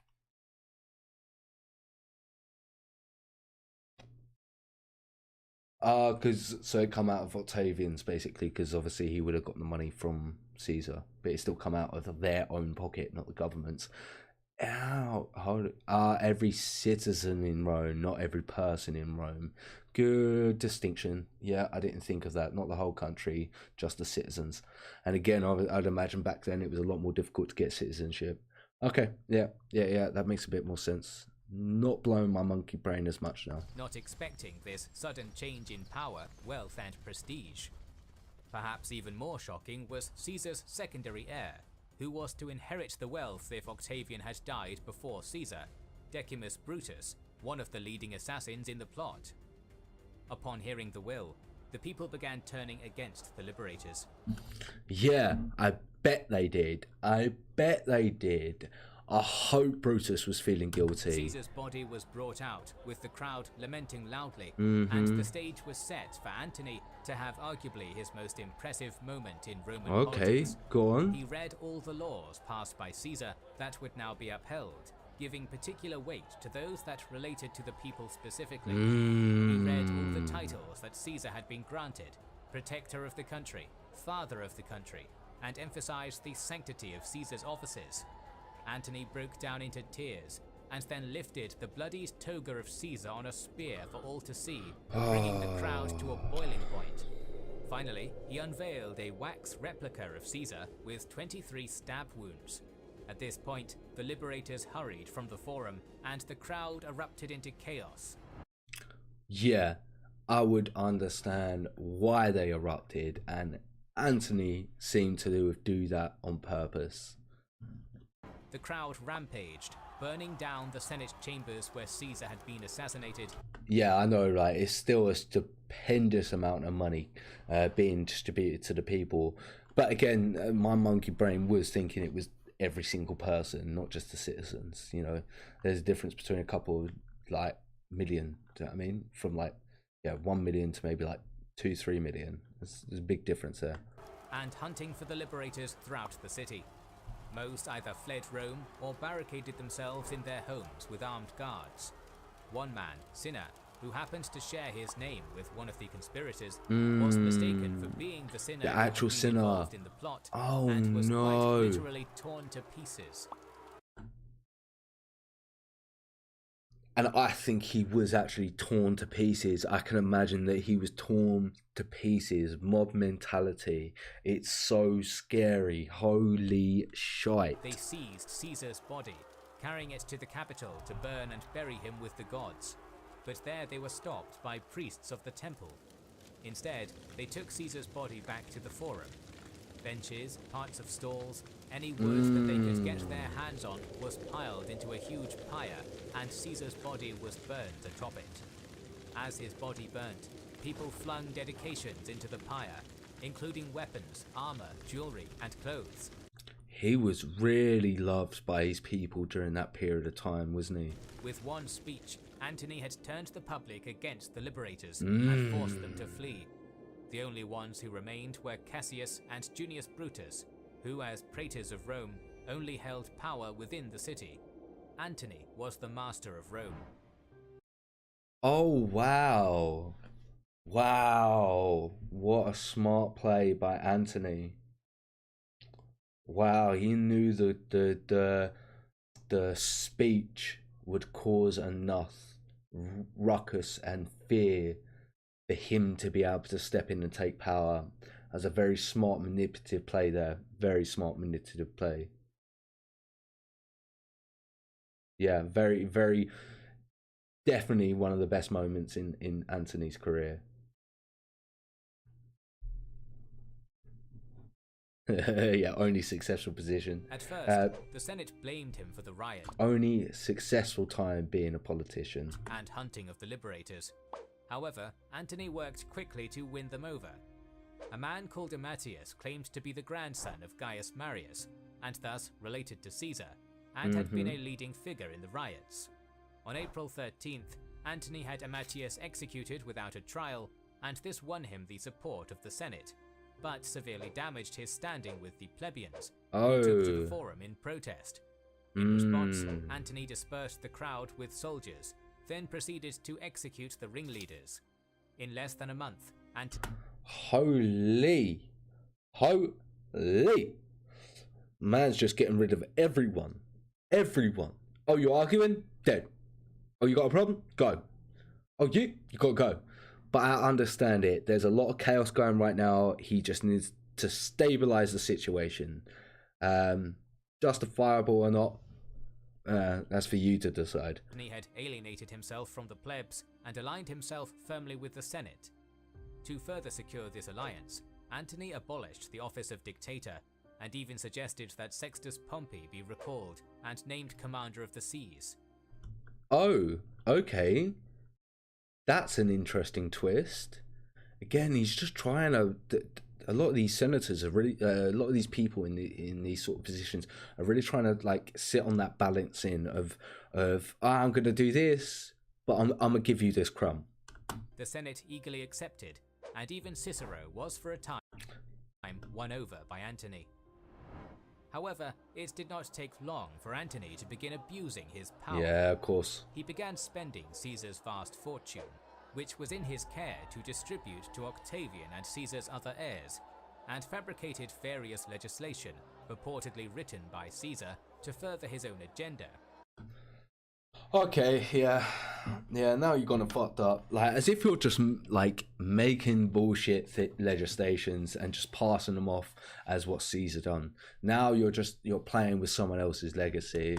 He paid huge gifts to win cities and foreign princes to his side, began naming new members of the Senate, and amassed a huge bodyguard, perhaps as many as 6,000 Caesarian veterans who had fought alongside Antony. Lepidus, who was the other leader of the Caesarian party, had been advocating for revenge, but Antony was quick to placate him with the marriage of his daughter to Lepidus's son, and appointing Lepidus as Pontifex Maximus. Antony was focusing power into his own hands, making Cassius and Brutus wary. They had no supporters among the plebs or veterans, and the Senate was now being increasingly won over by Antony. Both men subtly excused themselves from politics in Rome and retreated to their houses in the country. That's it. They had to give up. They just lost all their power, so they just had to go back home and give up and do absolutely nothing. From here, they sent messages to Decimus in Cisalpine Gaul to ready his legions, and to Trebonius in Asia and Tilius in Bithynia to begin raising funds. By this point, Antony effectively held as much power as Caesar had done, and rumors circulated that he was seeking a province with an army to command. Some senators were still not supporting him though, which encouraged Dolabella, the other consul for the year, to oppose Antony whenever possible. Antony, however, was aware of how ambitious Dolabella was, and encouraged the young man to request the command of Syria for the following year, including command of Caesar's planned Parthian campaign. Rather than put this to the Senate first, as was the custom, he just went and done it. Dolabella to take the new proposed law straight to the people. Oh, I mean, what are you doing? What are you doing? Wow, he's just like avoiding everyone. This man is the mistake. This man is the problem. Syria had been assigned to Cassius, however, and the Senate attempted to block the proposal, but Antony was able to force it through. The law was passed, and Dolabella was thus given command of Syria and the legions. Wow. Wow, wow, wow, wow, wow. Antony then requested the Senate to give him the governance of Macedonia, a province Caesar had assigned to Brutus. With Dolabella being given such a rich and powerful province, this seemed a relatively small demand, Macedonia having no legions, so the Senate relented. Cassius was compensated with the governance of Crete and Cyrenaica, while Brutus was given Bithynia. Meanwhile, Octavian had still been in Illyria, debating his best course of action. Some encouraged him to take control of the army that he'd been training with and seek revenge. His parents, however, wrote to him to come to Rome as a private citizen in order to attract as little attention as possible, claim his wealth, and retire. Octavian knew he had to be in Rome to understand the situation, and so he left the army and sailed across the Adriatic. When he arrived in Italy, more accurate information regarding the assassination and Caesar's will was sent to him. Still, he was uneasy, many encouraging him to denounce the adoption by Caesar completely.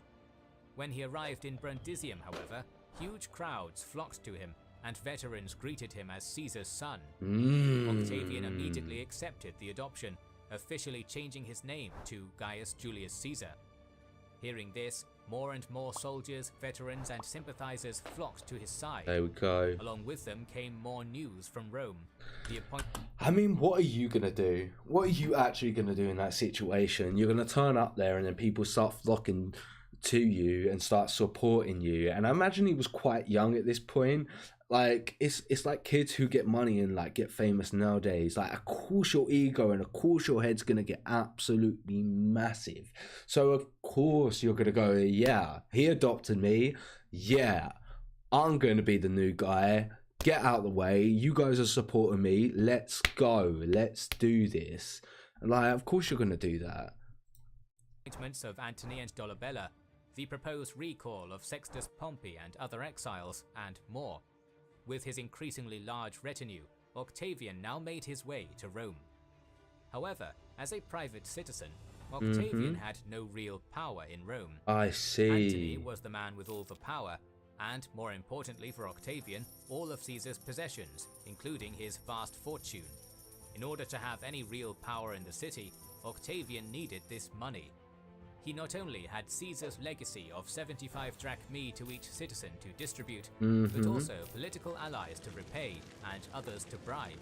Of course. Octavian thanked Antony for giving Caesar a proper burial, but criticized him for not having seized the moment when the populace was on his side to hunt the liberators down, and for having given too many concessions to the Senate, Brutus and Cassius. Finally, he asked for the gold that Caesar had amassed for his war against Parthia in order to pay the citizens of Rome, and also asked Antony to either give him a loan from his private purse or from the treasury to cover his other expenses. I think that's fair and that makes sense. While Octavian would immediately put his properties up for sale in order to pay these debts. Antony was completely taken aback. Octavian had no power, had no leverage, and really had no right to be so critical and making requests from Antony, so he was quick to refuse. He pointed. I mean, didn't Julius Caesar say he was the next heir? And I know that doesn't really stand for much because obviously there was still the Republic back then, but still, like, he's saying no power, no wealth, and like a few other things. He has no wealth, but he has plenty of power. If you have support from people around you who are willing to just go to so many lengths for you, then I'm telling you now, you have power. You have a lot of it, you know?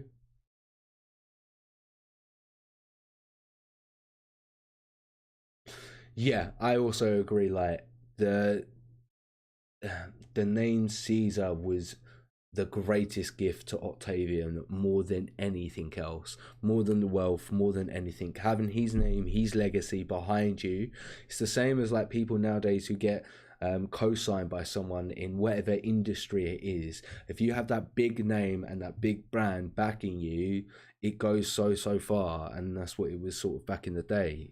Caesar's name and brand back in Octavian just made him so much more valuable to everyone else. Out that, like it or not, the senators were the representative body of Rome.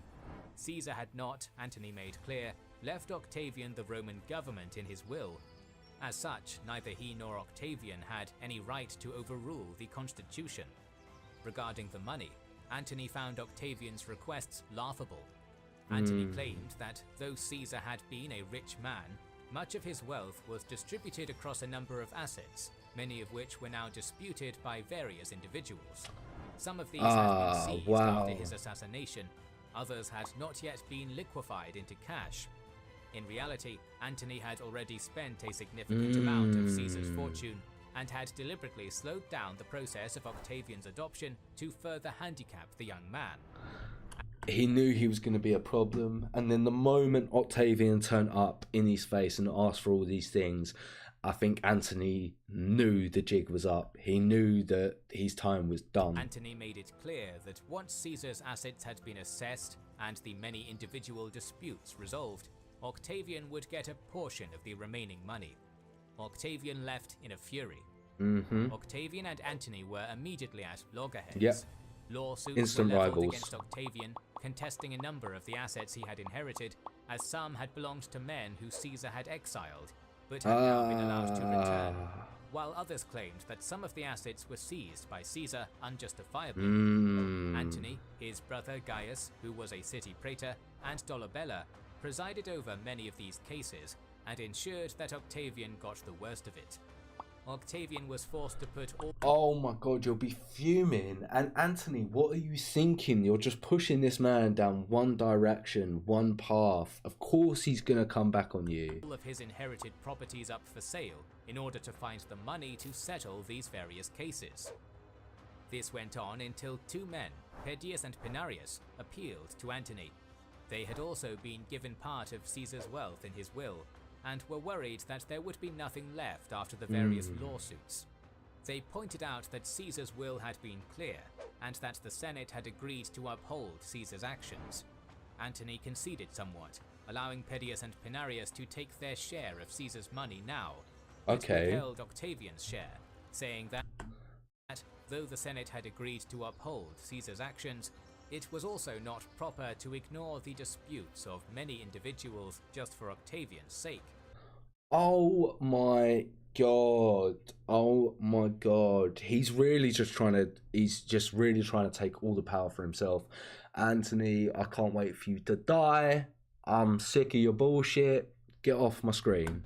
Pedius and Pinarius quickly took their share, planning on using it in turn to fund Octavian. Okay, nice. Antony and his brother were due to hold games, which would be done in Brutus's name. The aim was to bolster support for Brutus and Cassius in order to hopefully get the people to reconcile with the two, thus giving the brothers two more powerful allies in the Senate who would be indebted to them. Wow. Wow. It's showing you how Antony was willing to flip on Caesar in an instant to make his own power and secure it for himself. He's now trying to so he used Caesar's death to get him into this position, and now he's trying to get the people to have more favor with Brutus and his brother, to again make the population like him more. But they're just going to tell that he's going to flip-flop about and that he's just a snake. Get off my screen, Antony. I'm done. Octavian, however, opposed this.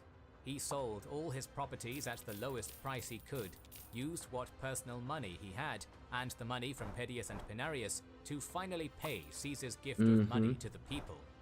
Octavian had gone through so much to get this money that the gift was now seen as more of a gift from him than from Caesar.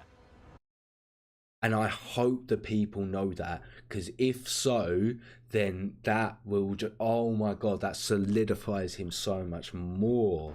When the games were held, and the heralds paid by Antony began to call for the return of Brutus and Cassius, many of the people, now thoroughly won over by Octavian, stormed into the arena, stopping the games until Antony's heralds were forced to stop their appeal.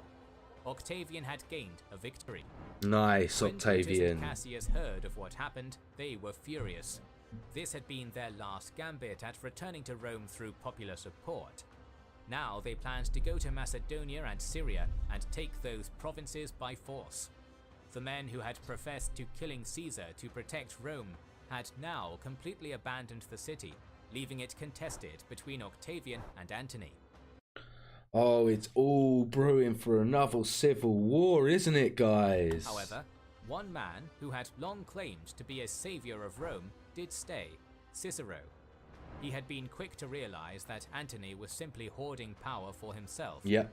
And despite the danger to his life presented by the powerful Antony, he now aligned himself with Octavian. Okay. It had only been 6 months since the assassination of Caesar, and the stage was once again... So the problem with it is the process for a dictatorship has already started, so that is going to finish, and that's going to be the end outcome. Again set for war. In Rome, the relationship between Octavian and Cicero and Antony was almost at a breaking point. Meanwhile, the liberators were starting to gather their forces, Decimus in Cisalpine Gaul, Trebonius in Asia, and Brutus and Cassius en route to their respective provinces. In Sicily, Sextus Pompeius, still not yet officially recalled to Rome, had amassed a sizable force. The entire Roman world was once again about to be plunged into civil war. Mate, it really is. In our next video, we'll talk about the beginning of this civil war, so make sure you are subscribed and have pressed the bell button to see it. And you know I have, and I hope you guys are subscribed and hit the bell icon as well. I am thoroughly enjoying this series. I think I'm going to have to get the Roman Total War game on. I'm going to have to. I was playing my Total War game the other day. I think I'm going to try and stream it soon. But I just don't know. I'm worried my PC isn't going to be able to handle it. I really enjoyed that episode once again, though. The Roman Empire is really rife for a civil war at this moment in this series, and yeah, I'm interested to see what the next arc is and see how Octavian sort of takes the lead role. Octavian was not a military man. Oh yeah. Okay, that would be interesting. I'd like to see how he politically navigates his way through this situation, like if you're saying that he's not sort of a military man at the moment. Would you guys be interested if I started playing the Total War Rome game?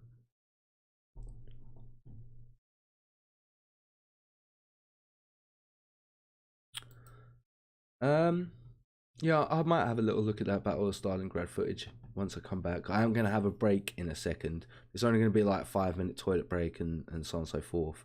I won't turn off the stream. I'm probably just going to sort of put one of the backdrops on and turn my mic off and go for a toilet and that. So whilst I do that, if you guys want to put any suggestions in the comments box down below, when I come back, I will have a little look through them, and then yeah, we can jump on. I'll do that Battle of Stalingrad footage. If you get a link for me, that would be great. I should be able to find it. HCT. I'll have a little look. But yeah, any other suggestions, let me know. I'm just gonna go have a drink and a wee, and do a couple bits. And what it's 7. It's basically I'll probably be back around about 8:10. Maybe even sooner, maybe 8:05. But yeah, so if you want to go grab a drink, do anything you guys want to do, and then we'll be back in a minute or two. That'll all be good. Fortunately for Octavian, his best friend was proved to be the greatest Roman generals. Oh, I'll be interested to see about his best friend then, because yeah, it'd be interesting to see that, and I hope his best friend stays loyal to him, because that'd be a good show. Yeah, I'm really interested to see what happens with Octavian. I didn't really. I obviously know that he's technically the first emperor of Rome, but I think Caesar casts such a big shadow that a lot of people aren't aware of Octavian, and he doesn't really sort of get that covered in details in mainstream sort of history. I also need to turn this light on, don't I, really, guys? Okay, I'm just gonna go for a break, and I'll be back in sort of 5-10 minutes.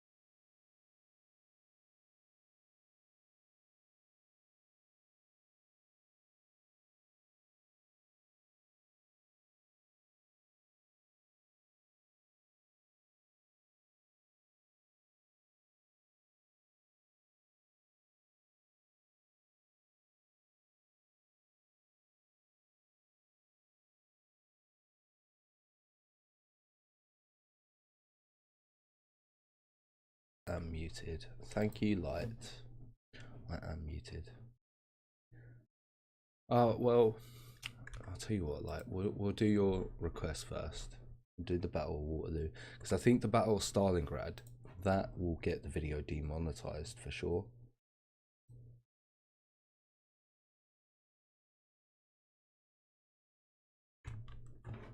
This look good. Let's have a little look at this.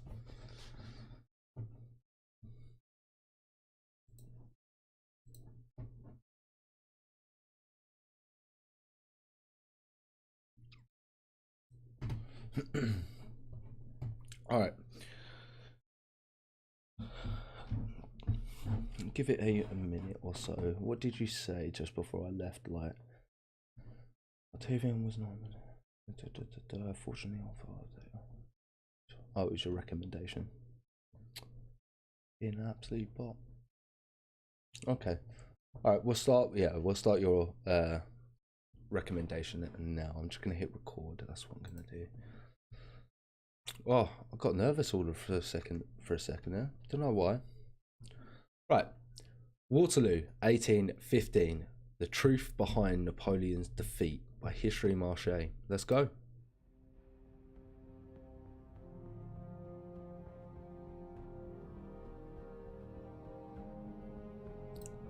Thanks for the little side note, like. Late May 1815. Exiled to Elba in 1814, Napoleon had returned in March and is once again Emperor of the French.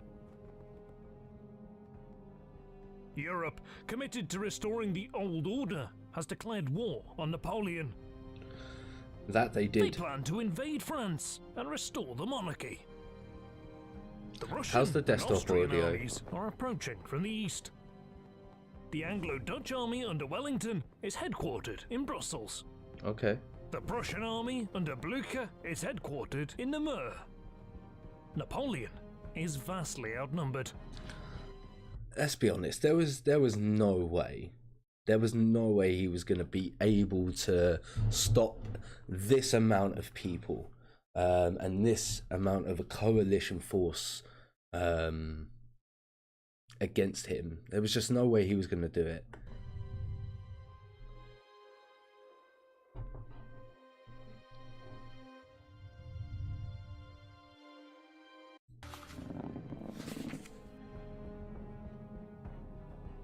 King Louis XVIII has fled France and set up court in Ghent, 60 kilometers west of Brussels.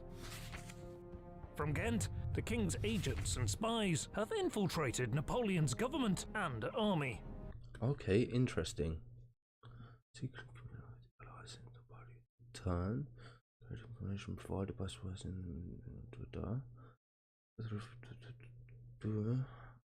interesting. Okay, I'm glad he's put this up. This is quite interesting. Am I watching this in 780? 360. There we go. That's much clearer. Pace wise post kingdom. War.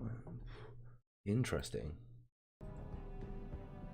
The role of Fouché is well known. Yeah, it is a big state. Big state. Wow, I really can't talk. It's a big feat to have so many great nations declare war on you. Yeah, it is crazy that you put that much fear into them, but they are all your border allies. It is just the fact that they are all great powers at that point in time, but they are all bordering you. So of course they're going to be instantly threatened by you. Do you know what I mean? Like, yeah, that's why they're gonna take action, because they're all surrounding you. So of course you're going to have that sort of repercussions.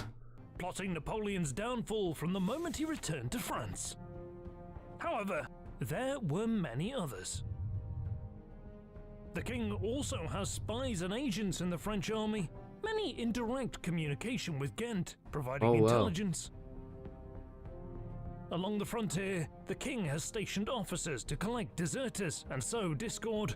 One such officer was the Marquis de Castries, a former aide-de-camp of Davout, now stationed in Namur, whose staff included a former cuirassier, Friedrich Rie.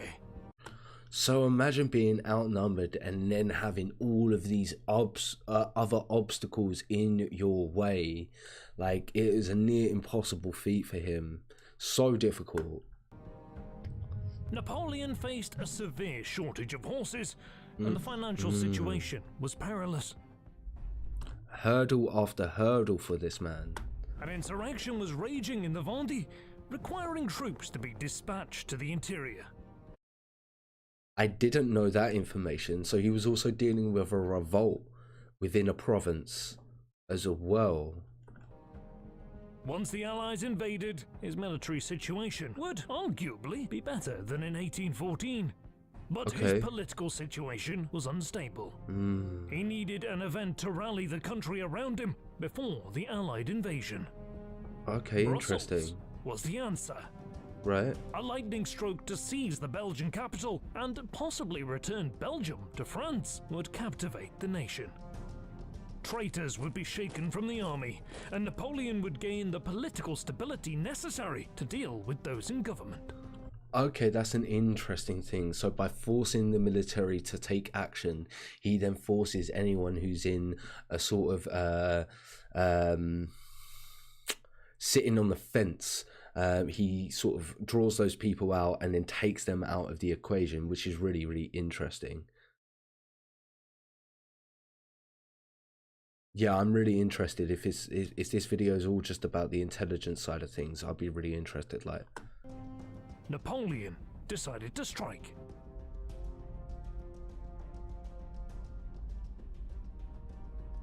On June 3rd, Napoleon ordered Marshal Soult, who was Napoleon's Major General, commander of the army headquarters and responsible for distributing his orders, to bring Gerard's 4th Corps from Metz to Philippeville. Napoleon also reorganized the cavalry, taking divisions attached to the infantry corps and creating 4 cavalry corps under the overall command of Marshal Grouchy. On June 4th, Soult gave a detailed report to Napoleon of the locations of the infantry corps of Army du Nord and the time required to reach the staging areas for an invasion. I'm really liking finding out all the intelligence these people are getting and how they're using it to their advantage, because it's got to be so key, having the intelligence of the opponent. Yeah, it's not spoke about enough within war and within storylines, I believe. 1st Corps at Maubeuge, 2-day march, leaving on the 11th. 2nd Corps to the right of Maubeuge on the Sambre, 1-day march, leaving on the 12th. 3rd Corps north of Philippeville, 2-day march, leaving on the 12th. Okay. 4th Corps at Philippeville, 7 or 8-day march, leaving on the 6th. 6th Corps, previously indicated to be at Avesnes, 5-day march, leaving on the 9th. Imperial Guard at Avesnes, staggered march, arriving on the 13th. Everything was planned so the army would be in position by the evening of the 12th, to be moved into final positions on the 13th, and launched on the Sambre on June 14th, the anniversary of the victories of Marengo and Friedland. Napoleon planned to come between the Anglo-Dutch and Prussian armies. The French army, vastly superior to either Allied army, would compel the Allies to retreat. Just causing like a splinter within the ranks and causing a division and chaos would just be so pivotal at that point in time and be really, really useful. I think that's his thought process.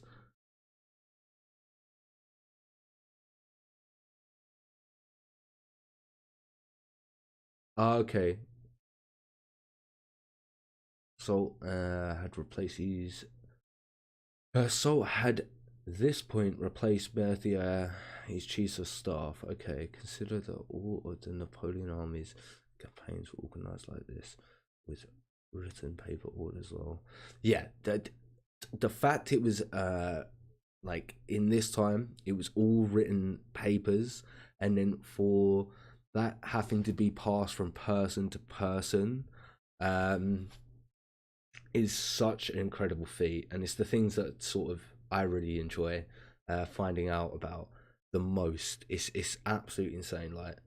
Like imagine having to make sure that all of your individual armies have had these notes, had these orders clearly spoken out to you, and have to have them achieved and activated. They're not the words I'm looking for, but I don't know what the word I'm looking for here is. Just deployed in the right manner and with the effective time frame is just so impressive. And I rambled a bit on there, and we're going to continue. Neither could survive a battle on their own. Napoleon would occupy Brussels by June 16th. A thunderclap heard across Europe. The king would be chased from the continent, and the traitors purged from his government and army. On June 5th, Soult issued the orders to Girard. They had been adjusted to have the 4th Corps arrive in Rocroi by June 13th. The Emperor has ordered me to inform you that his plan is that you begin the Armée de la Moselle's march upon receipt of this order, that is to say, 7th of June, and that you direct it following the itinerary attached to Rocroi, where it must be on the 13th of this month, without fail. On June 6th, Soult sent orders to the rest of the army. 1st Corps was ordered to be ready to march within 3 hours of receiving orders. 2nd Corps was ordered to concentrate near Maubeuge by June 13th. 3rd Corps was ordered to concentrate between Marienburg and Chimay by June 13th. 4th Corps was already ordered to Rocroi by June 13th. 6th Corps was ordered to Avesnes by June 13th. The Guard had already been ordered to Avesnes, and Grouchy's 4 reserve cavalry corps were also ordered into position. Okay. Insane. Napoleon had ordered the formation of 2 columns on the frontier and planned to use the day of June 13th to put the army into a final position.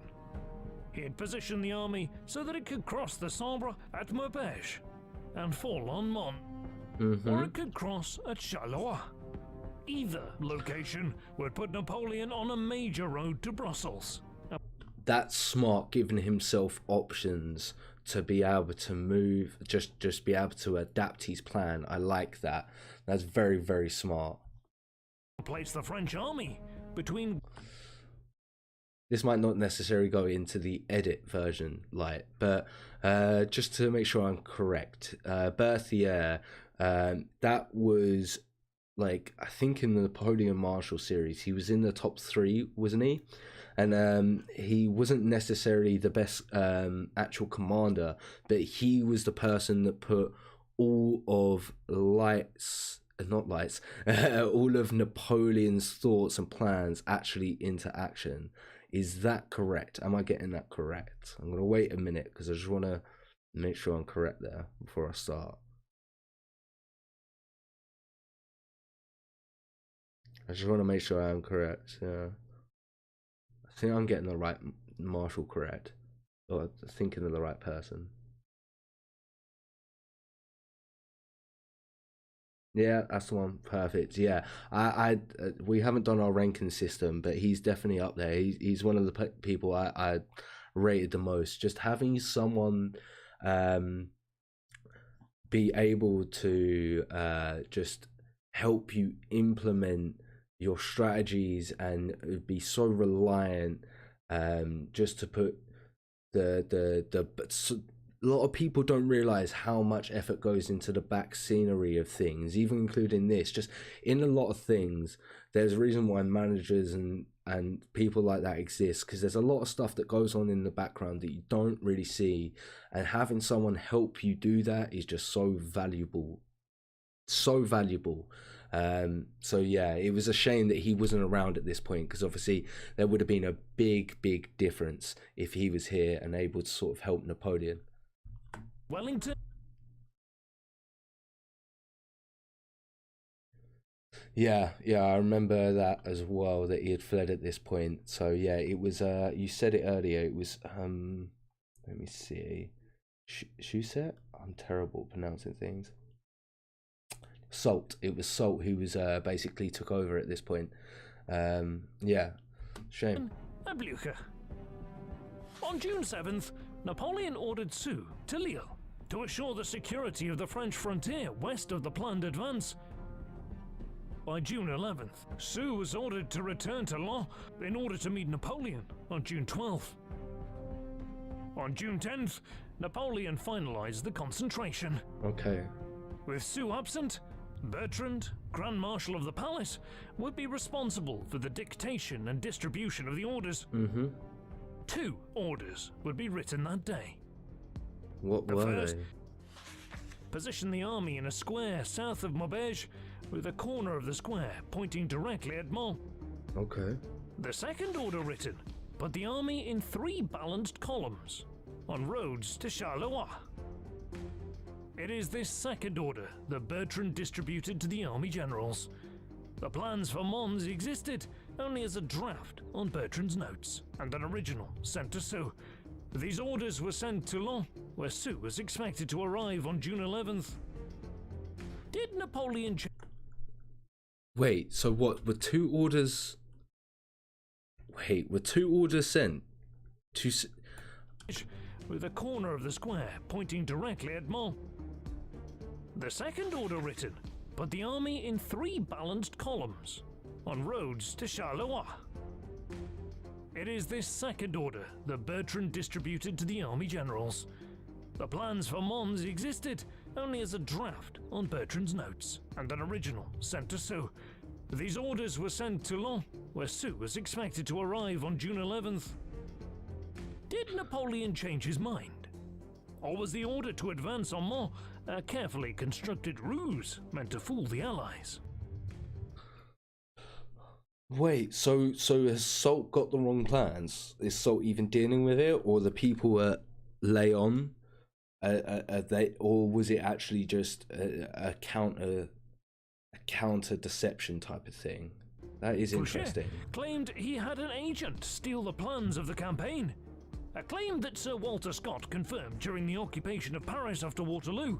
Okay. However, Fouché was playing both sides, and he arranged for the interception of these plans at the border. If the Allies defeated Napoleon, Fouché would say he tried to steal the plans. But if Napoleon won, he would say he captured a spy. I see. During June, the Allies repeatedly heard rumors of an attack on Mons. Is it possible Napoleon was giving the Allies and their agents in Paris false information in order to keep Wellington west of Charleroi? Okay. There are a couple of facts that support the Mons plan as a ruse. Yeah. First, unlike the Charleroi plan, all of the positions given are imprecise. Second corps is to the rear of Maubeuge. First corps is near and to the rear. Third corps is to the right, etc. This is unlike any order Napoleon sent in 1815. Oh, I see. I see. If you look at the other map, you can start seeing the differences. Interesting. 2 seconds, I'm gonna cough, guys.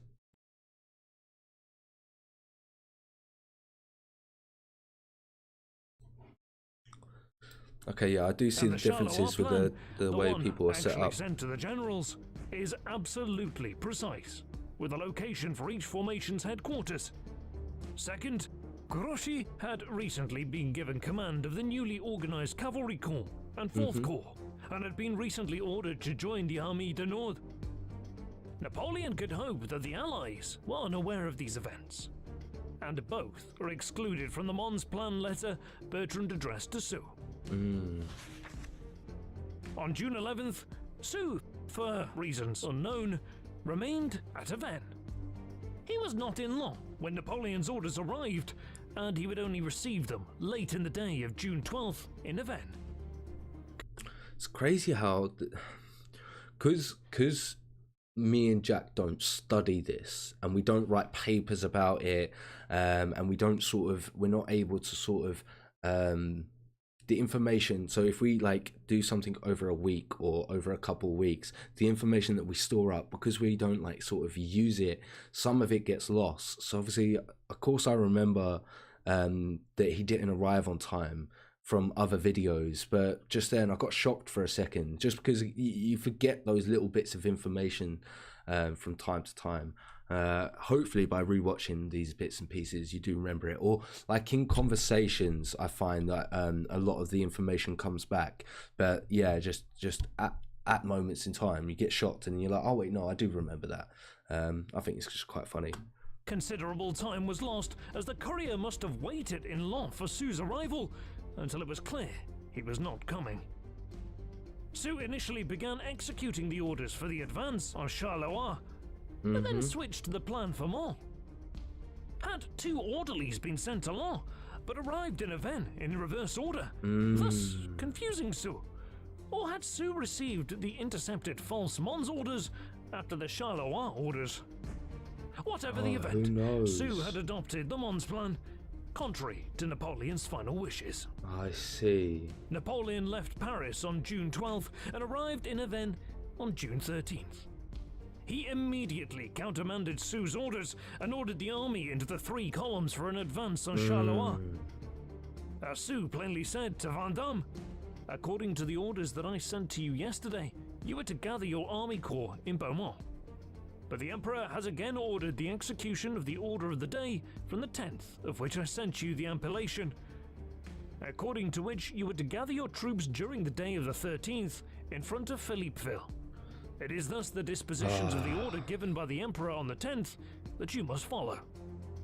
I bet both of them were fuming. Both of them fuming for individual reasons. They were both absolutely fuming.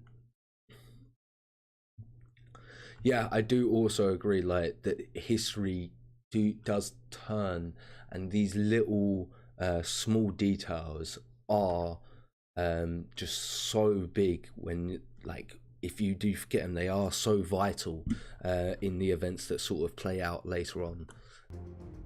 The rest of the army was given similar orders. Due to the delays introduced by Sue not being in Laon and giving the wrong orders, Napoleon would delay the advance until June 15th. Vandamme would receive the orders too late, and Napoleon would order him to remain in Beaumont, thus overloading the center column. Napoleon used June 14th to move the army closer to the frontier. Napoleon heard from his spies that the Allies had not moved on June 13th or June 14th. He had every reason to believe he had achieved his goal of concentrating his army on the Sambre without Wellington or Blücher knowing. At 11:30 p.m., Gneisenau, the Prussian chief of staff, began the concentration of the Prussian army. French traitors had informed him of the impending attack. The 12+ hours gained allowed the Prussians to field an army at Sombref. Again, such a vital thing, them having that extra 12 hours. And 12 hours when you're moving your men by foot, not using motorbills or anything along them lines, is just so vital. 12 hours is so vital. It's even nowadays, 12 hours of extra time, extra knowledge is so vital. As the great Prussian historian Leto Vorbach states, without this treason committed by members of the French army, the surprise intended by Napoleon would have been successful to an even stronger degree than was the case now.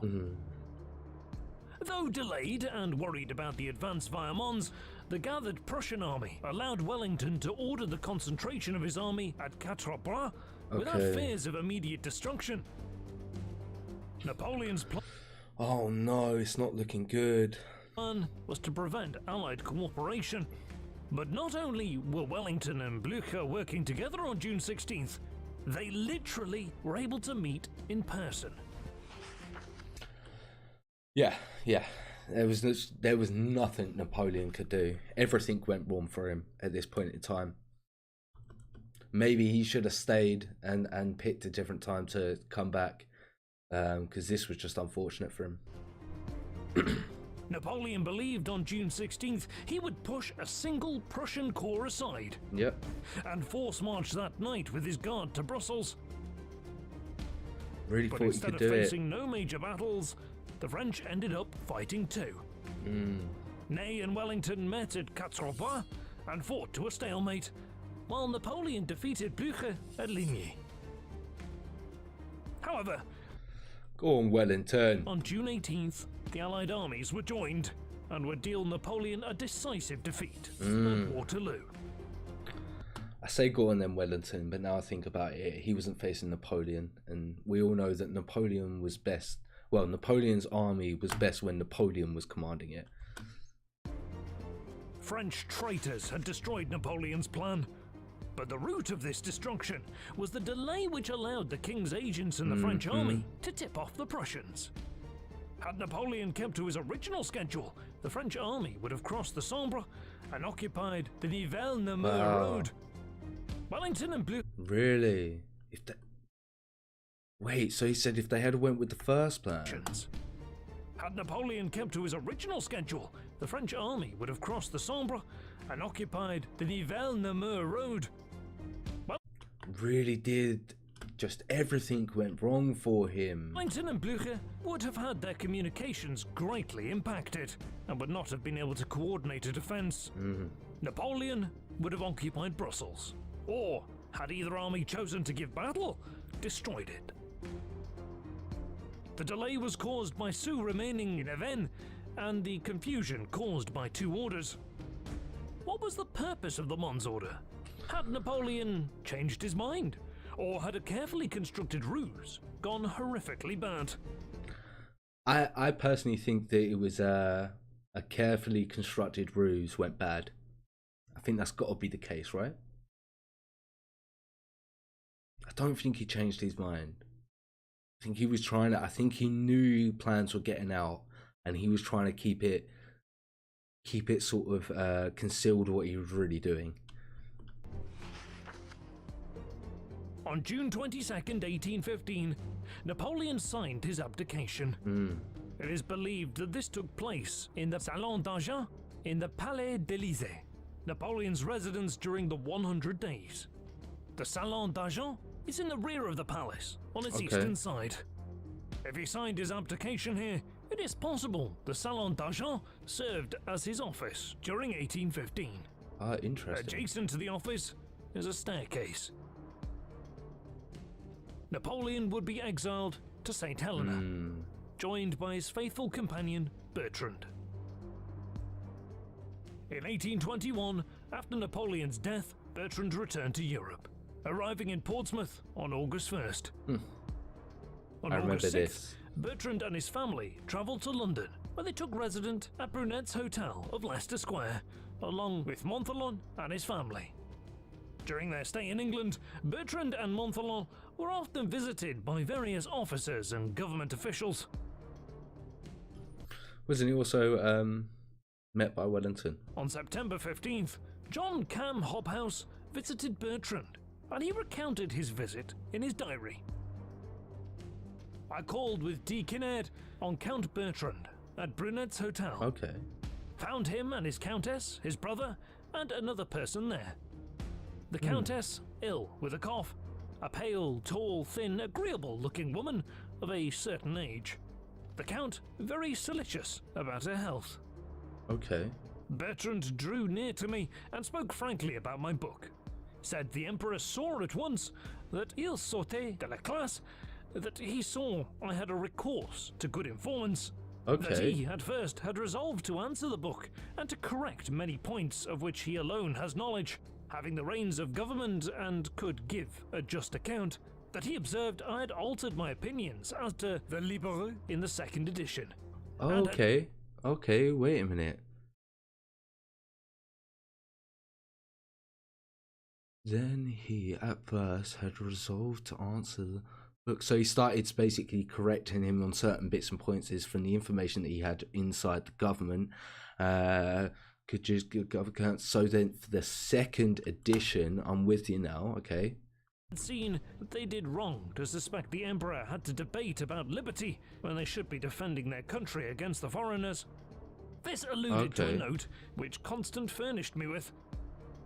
Bertrand told me that the reason why Napoleon discontinued writing his remarks on my book was, first, he took up the employment and wrote those things which all the world knows.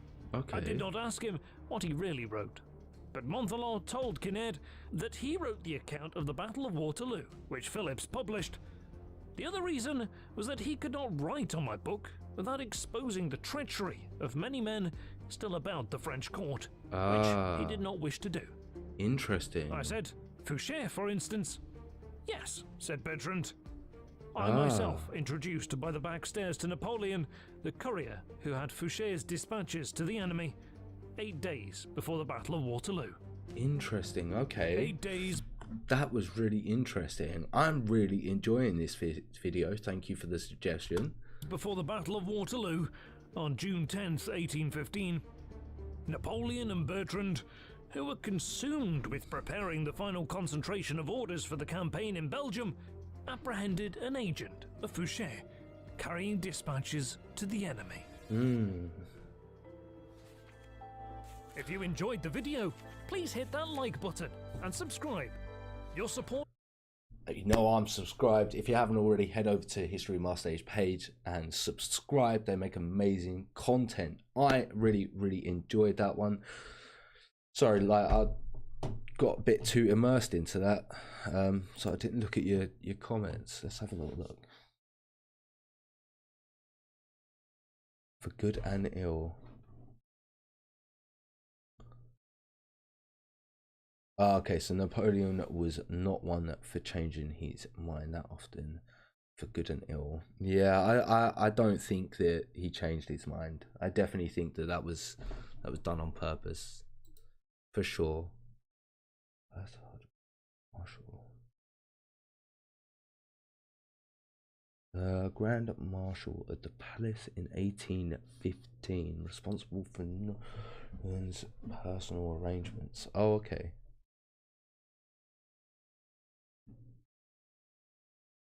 Okay.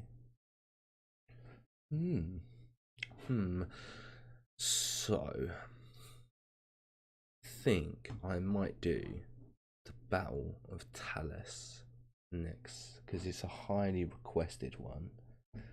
It is a highly requested video. I need to jump on it pretty soon. What have I done now? Two kings and generals, Caesar, Mongol conquest, that Napoleon episode. Might do the double.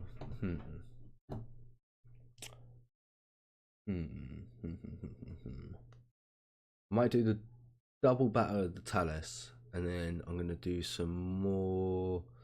Oh, that's weird. Some more Caesar, maybe tomorrow. I'm not too sure. Is there any other suggestions than the Battle of Talus, or do you want me to jump on that? Could you do a reaction?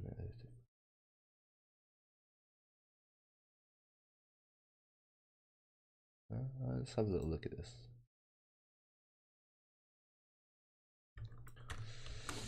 What's the video called?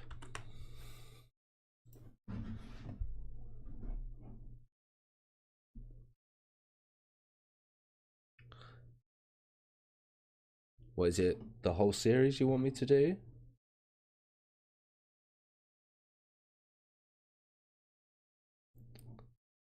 Any other suggestions?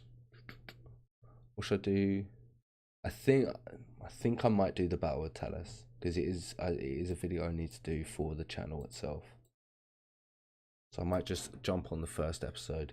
So I'm gonna what I'm gonna do is I'm gonna jump on the first episode, the Battle of Talus Part 1. Whilst I get this up and ready,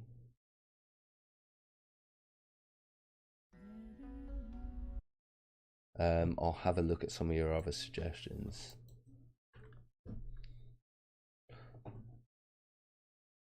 I'll probably do two. I see they're only 12 minutes each, so I'll probably do both of these and then another reaction afterwards. Okay. How did Hercules restore the Eastern Roman Empire? Alright, I'll do these two, and then I might do your other suggestion then, like, if there's no other suggestions. But we're going to jump on to the Battle of Talus 751 AD Part 1, and we will most likely, we'll jump on to the Battle of Talus Part 1, and most likely do the second one as well. So let's jump straight into it.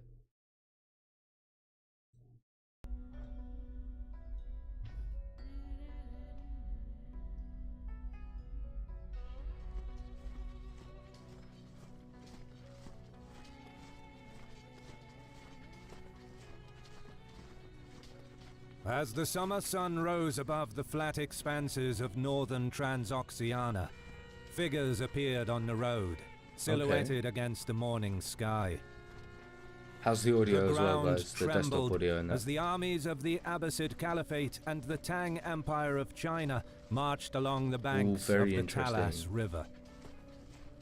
What started as a frontier dispute escalated into a regional conflict that will now be decided on the battlefield nearby. Okay. War was to come, and now it was here. And as a fan of our channel, you should definitely check out our friends over at Curiosity Stream, my personal favorite streaming...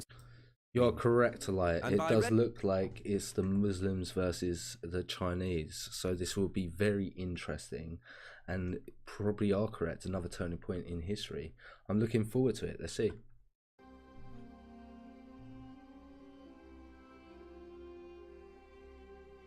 Following the death of Prophet Muhammad, the swiftness of the Arab conquest was nothing short of astonishing.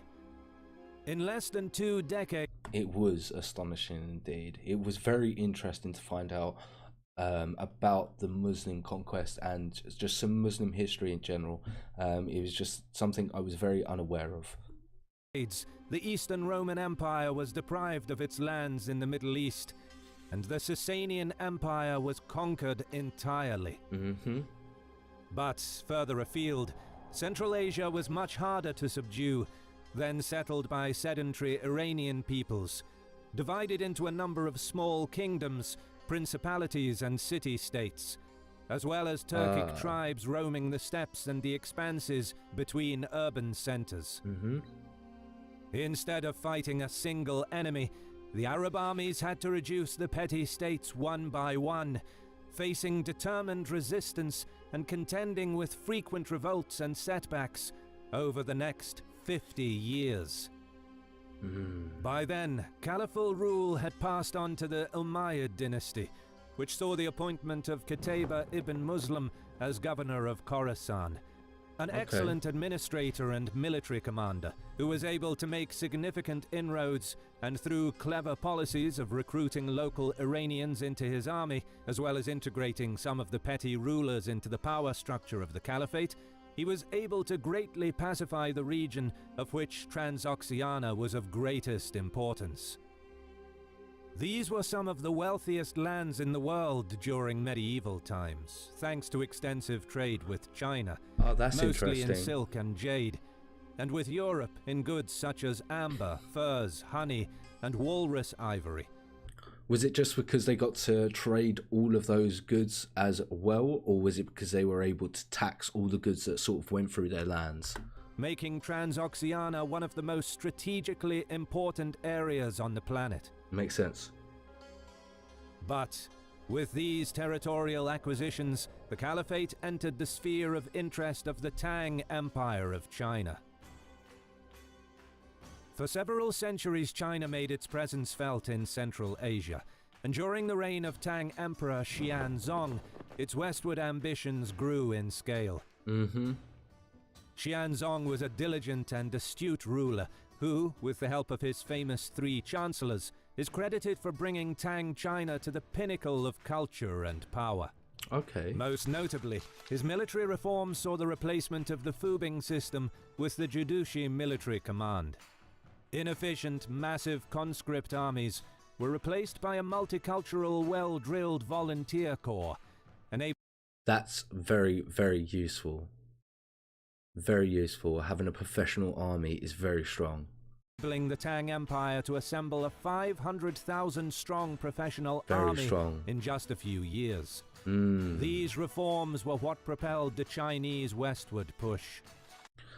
I'm very interested in the Chinese history as well, so I'd definitely like to know if there's any good series about anything to do with them. I'd be very, very interested. Although Tang armies rarely ventured too far west beyond the Tarim Basin, rare military interventions were launched to pacify disloyal petty kings and princes of Central Asia. Okay. But it was mostly through strong economic and diplomatic ties that China established a firm foothold in the region, which persisted even after the Umayyad conquest, with numerous city-states continuing to send embassies to China, receiving pompous, mostly symbolic titles from the emperor. This reliance on soft power and the establishment of trade agreements, as well as nominal protectorates and vassalships, enabled the Tang Empire to maintain strong influence in Central Asia without the need for military conquest. So they just basically got lots of power within and a foothold for that gateway just through diplomatic power.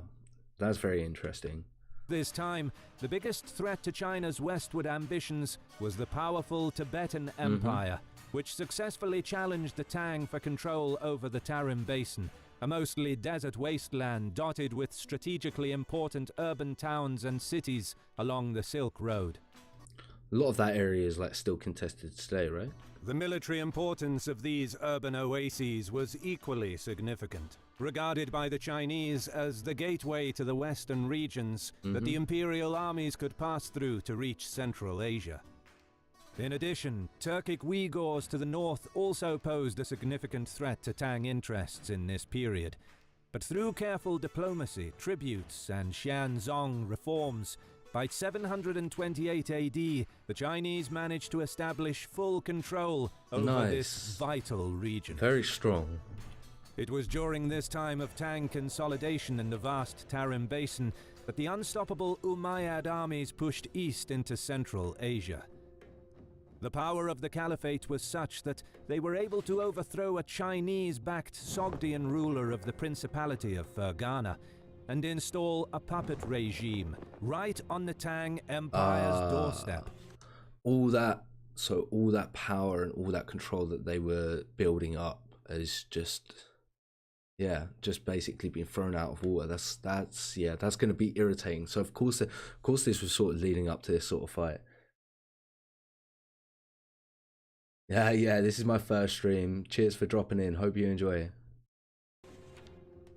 However, Umayyad superiority, rarely challenged before, would meet its match, as the Celestial Empire moved to militarily suppress the Arab expansion. Okay. An intervention force of 10,000 troops marched towards the Islamic-controlled Fergana, successfully defeating the Umayyad puppet ruler, before massacring 3 entire Sogdian metropolises as punishment, and restoring the pro-Chinese regime back onto the throne of Fergana. Oh, it's just a back and forth, just fighting over this like vital point. The Caliphate responded by allying themselves with the Tibetan Empire and the Turgesh Khaganate. Okay. And just a year later, a combined force struck east, aiming to destroy the 4 garrisons of Anshi. The Tang emperors having to deal with all 3, and also 3 different fronts is the issue, being attacked on 3 different fronts. Oh my, it's just so difficult to deal with. From where the Tang controlled the Tarim Basin. This invasion, if successful, would have crippled China's westward military ambitions. But the Chinese dealt a massive defeat to the Umayyads at the town of Anshi, very strong, almost completely destroying their army.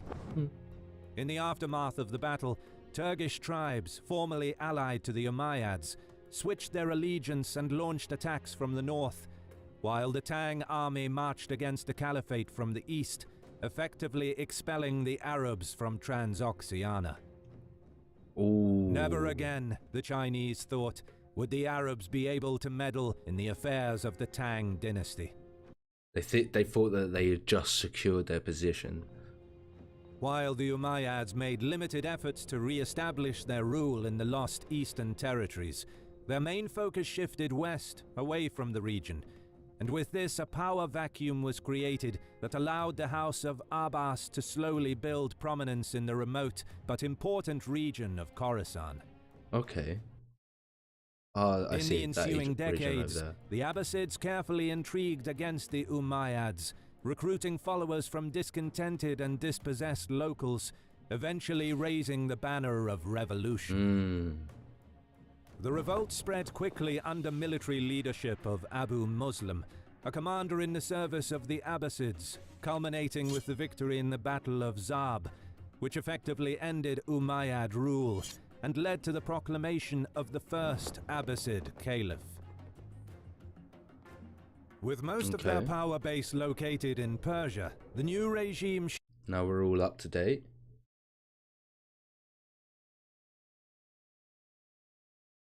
yeah. China's always had difficulties with multiple fronts, right? I didn't really think about it. The civil wars. How many times did it break again? In the history of the entire world, I guess. Just always breaking due to civil war, China. So peak. Shifted their military focus east, recognizing the importance of the phenomenally rich lands of Transoxiana. But the cunning Emperor Xianzong exploited the instability within the Caliphate during the 3 years-long Abbasid Revolution by launching a three-pronged attack. This time, however, the Tang armies were ordered to establish a firm military foothold in Central Asia.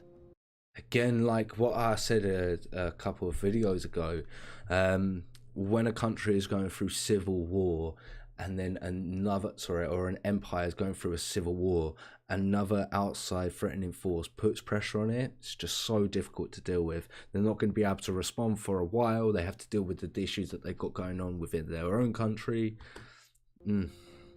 With the Korean general Cao Xianzi in command, the emperor subjugated Tibet's strategically valuable allies, eroding their presence in the area, and vassalized roughly 72 city-states in the important mountainous regions of the Pamir and Hindu Kush. With these developments, the Chinese now directly challenged the Abbasids for control over Central Asia.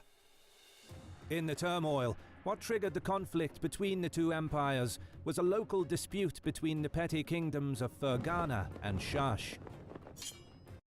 Nah, I think it was a lot more to do with the strategic points of both, of the area in general. And both places were getting so big that, and it was inevitable for them to come into contact and come into blows, so that they could find out which one was the dominant force. Any two great powers or big regions are going to do that to find out who is the more likely to be dominant. The king of Fergana, having been under heavy Chinese influence for the past 35 years, asked his overlords for assistance. Cao heeded their cries for help and moved to subjugate the Shishin kingdom. The capital city was besieged, and the Tang general promised its king safe passage. But once the king accepted surrender and left the safety of his city walls, he was treacherously captured and beheaded. Oh, maybe I just spoke before I actually knew what happened. His son, however, escaped and managed to get word to the Abbasid governor of Khorasan, asking for military assistance. Sensing I spoke before I knew what happened. Opportunity to gather their forces and diminish Tang influence, the Abbasids mustered their troops and marched out of Merv. On the way, reinforcements from Oh yeah, I guess you are right. This is just a spark that sort of caused the inevitable conflict. Parts of Turkestan that were still under the Caliphate's control were summoned to join the main army. As they approached Samarkand, Ziyad ibn Salah, a former Umayyad governor of Kufa, joined with his contingent and assumed command of the whole army, continuing the march east, determined to restore Islamic power long bereft to the steppes of Central Asia.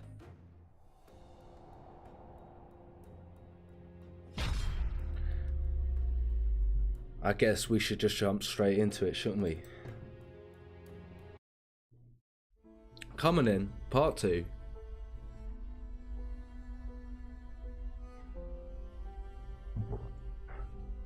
Today's video is sponsored by NordVPN. Oh, we don't need this ad, do we? An extra.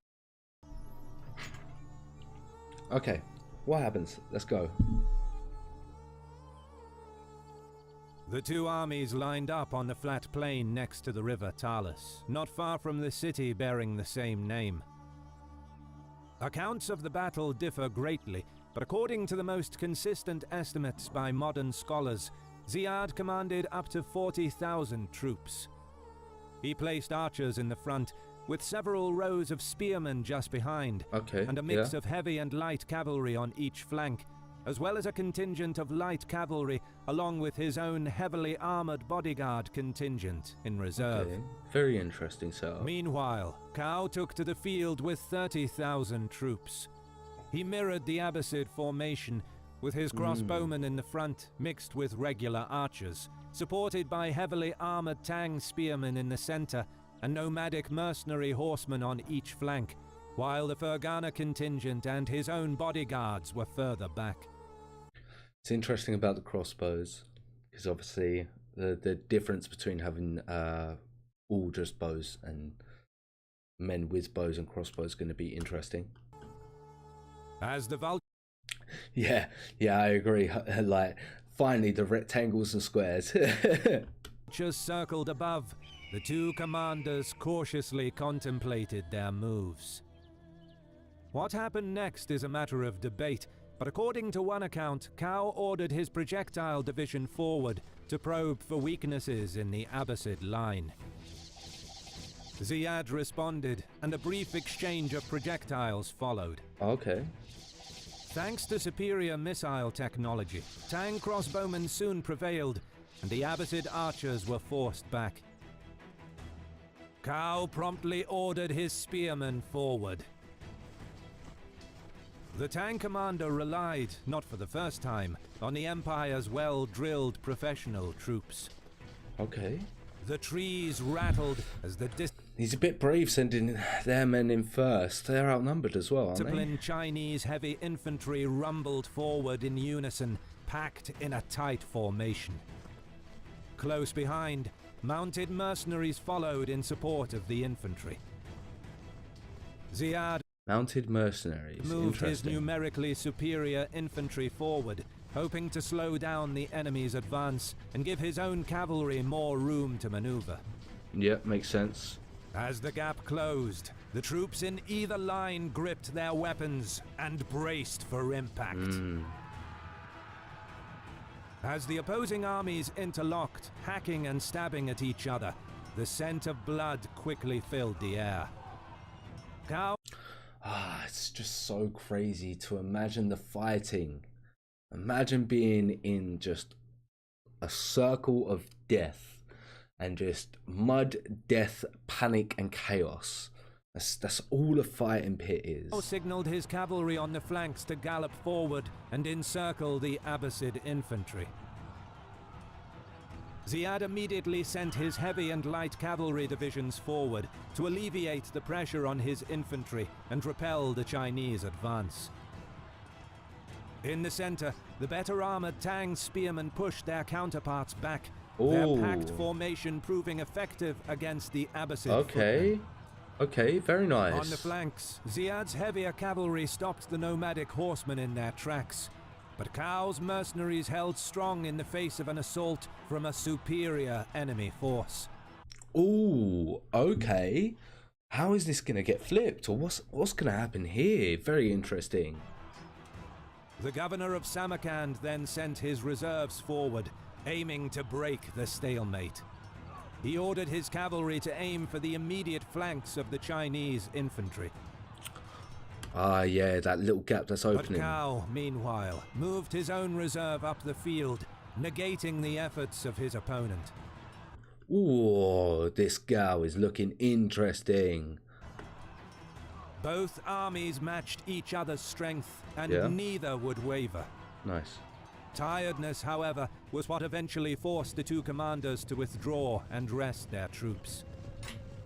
A similar stalemate continued for 2 more days, with sporadic skirmishes and head-on clashes, but neither side was able to make any significant gains. The other account of the battle, however, claims that the two armies stood in battle formations for 4 days without engaging each other. Perhaps neither side wanted to risk losing their army, aware that it would take a while to get reinforcements in this remote frontier region. I was not thinking about that either. That is a smart point by both of these people. But, perhaps unbeknownst to Kao, prior to the battle, Ziyad had established contact with a contingent from one of the Turkic Karluk tribes, living in the steppes further east, recruiting them into his ranks.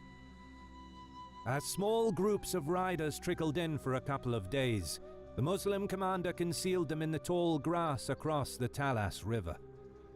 Then, on the 5th day of the battle, Ziyad knew he was ready. He ordered his archers and spearmen forward, with cavalry following close behind. We see how it's gonna go. The Abbasids advanced at a strong pace, while Kao had his troops slowly move forward into position. Projectile contingents of the two armies began exchanging volleys of... Oh, but they didn't stop. Like, they didn't let the skirmishers do a little bit of fighting before they sent the troops up, the footmen. It seems like they sent the footmen up straight away as well. Arrows, with the Chinese getting the better of their Muslim counterparts. The earth groaned as the mass of Abbasid troops moved forward to meet the enemy head-on. As the infantry in the center clashed, cavalry divisions on the flanks widened their lines, trying to outflank each other. Okay. Soon, however, the Abbasid cavalry managed to force the Chinese mounted troops into a brutal static melee, as Kao's nomadic mercenaries couldn't feign retreat without exposing the flanks of the infantry in the center. "Now is the time," Ziyad cried out, signaling the Karluk mercenaries to attack. And at that point, it was all over, really, weren't it? Emerging from the reeds, the nomadic riders galloped forward. A handful of Tang officers spotted the enemy on their flank, but with nearly all of their troops engaged, they desperately tried to form a line with men from their own retinues. They just had no chance. Moments later, arrows from the east started whizzing overhead. With the Talas River behind them, the Karluk horsemen charged headlong into Kao's flank. The morale of the Tang troops on the left broke, and many tried to flee, fearing an encirclement. Oh, that's the biggest problem. Like, is just your troops, like, just getting scared and running away, and which is understandable, because you like, it's fight or flight. Save your own life. When you think it's all going bad, you've got to save your own life at the end of the day. But yeah, it is scary to think that your squad could stay there till the very end and everyone else is gone. Yeah, leadership and morale is just so important in fights. You see it so many times throughout history where you would have thought a certain army would win, but they get demoralized, and that is it. They have to retreat, and it all goes bad. But Gao definitely fought well. I think he definitely fought well. He just I agree. Like, it just didn't look like he had enough men to sort of stop him from actually. He didn't have enough men to stop the attack and stop the. Ziyad urged his men on, not wanting to allow the enemy to escape. The governor of Samarkand outwitted the Tang commander, and now the Chinese troops began falling in their thousands as the Abbasid army scythed through their formations. With very few survivors left, Kao ordered a retreat. However, Chinese sources contest this outcome, claiming that it was not Zaid's superior diplomacy and tactics that won the day. Rather, the Tang account of the battle claims that the Karluk mercenaries were not across the river, but were in fact under Kao's command, laying blame on them for the defeat, after they treacherously switched sides mid-battle and attacked from both flanks. If this were true, Kao's 10,000 infantry made up only a third of the Tang army, and would stand no chance against 20,000 Karluks. Okay. But in actuality, it's most likely that both the Tang army and the Abbasids had contingents of Karluks in their ranks, and that Ziyad managed to launch a surprise attack on the last day of the battle. That's it's interesting to know that it's contested. I'd like to know what you guys think. Which one is more likely the case? Whatever the case, of the 30,000 Tang troops that fought at Talas, only a small percentage survived. How much is that small percentage though? That's the question. In the aftermath of the Battle of Talas... Like, what's the small percentage? Because that's different to everyone. Some people consider 30% a small percentage. Some people 25, some people 20, some people only 5. What is a small percentage? I'm now interested. Yes, the significance of its outcome was not immediately clear. Strategically speaking, the battle was a tactical draw. Cao's plans for a renewed invasion never came to fruition, since the Tang Empire temporarily withdrew most of their troops east to deal with growing unrest in the north and south of the country, as well as Tibetan incursions that put further pressure on the empire. Once again, the inside revolt is just so critical. So critical. Meanwhile, the eastern expansion of the caliphate was halted. While the Abbasids could have theoretically pressed their advantage after such a crushing victory, at that time their supply lines were still not fully established. Thus sending a large army east would not have been a prudent move. Also, like, you would then have to be able to you would have to then basically make it so that you'd have to rebuild those settlements to fit within your society, recreate provinces, and all of that takes funds, time, and they just didn't have the ability to do that. And then also you have to worry about keeping those areas protected for future references. It's just a bit too difficult sometimes. As a result, the Abbasid-Chinese border stabilized. Makes sense. But the Battle of Talas seems to have gone largely unnoticed by contemporary Chinese and Abbasid chroniclers. Nevertheless, it had important consequences. The Chinese Empire was no longer in any position to interfere in Central Asia, which meant that, in the wake of their victory, the Abbasids were there to stay.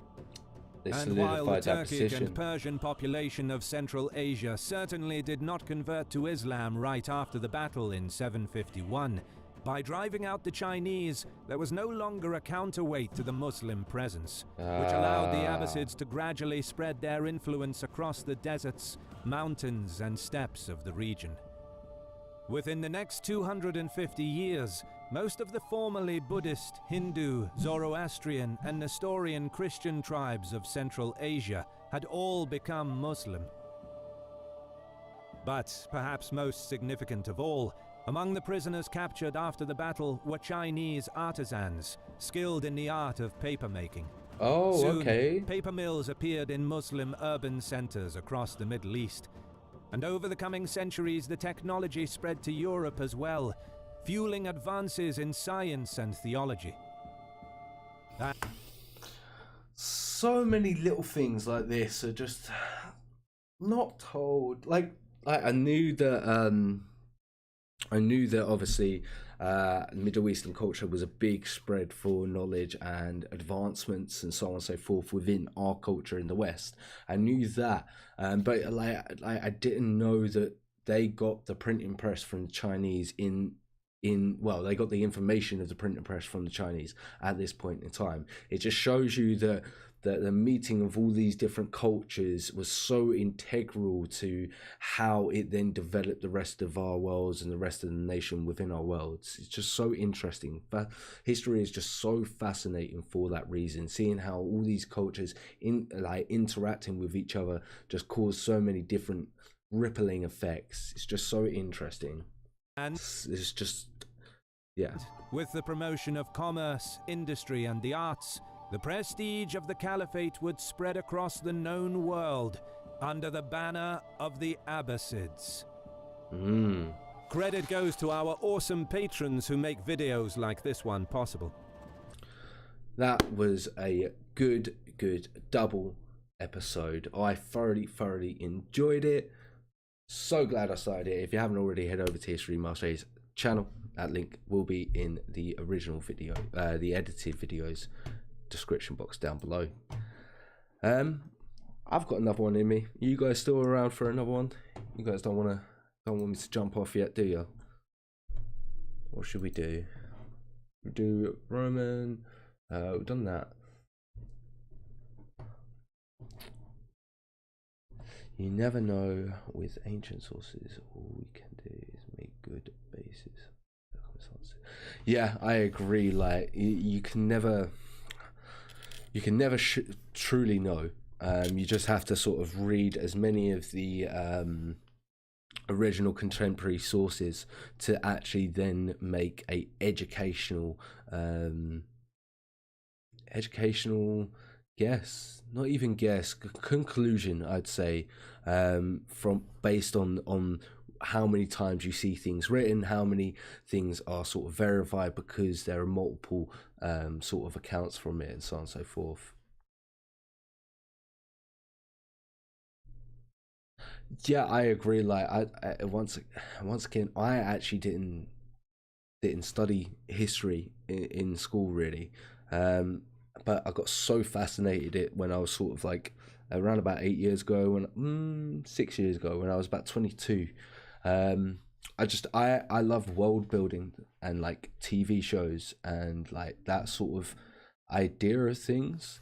Just like yeah, I just got so immersed in so many of the shows and the world building of the shows that I really got interested in the idea of world building. And I was like, well, I kind of need to know history about it, like to be able to world build. And yeah, I just then got this fascination for history out of absolutely nowhere, where it was just it was just so immersive. It was so interesting to see everything that sort of integrated with each other. And that's why I really want to sort of see and learn as much history as I can, not just sort of focused in one area. Hence why I try and cover so many different regions on the sort of channel.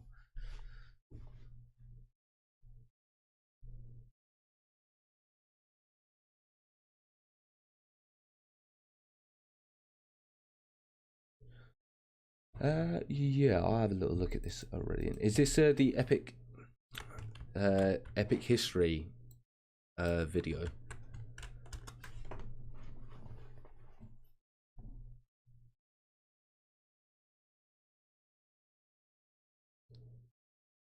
Oh, it's history. The History Marche one. Is this the one you want me to do? And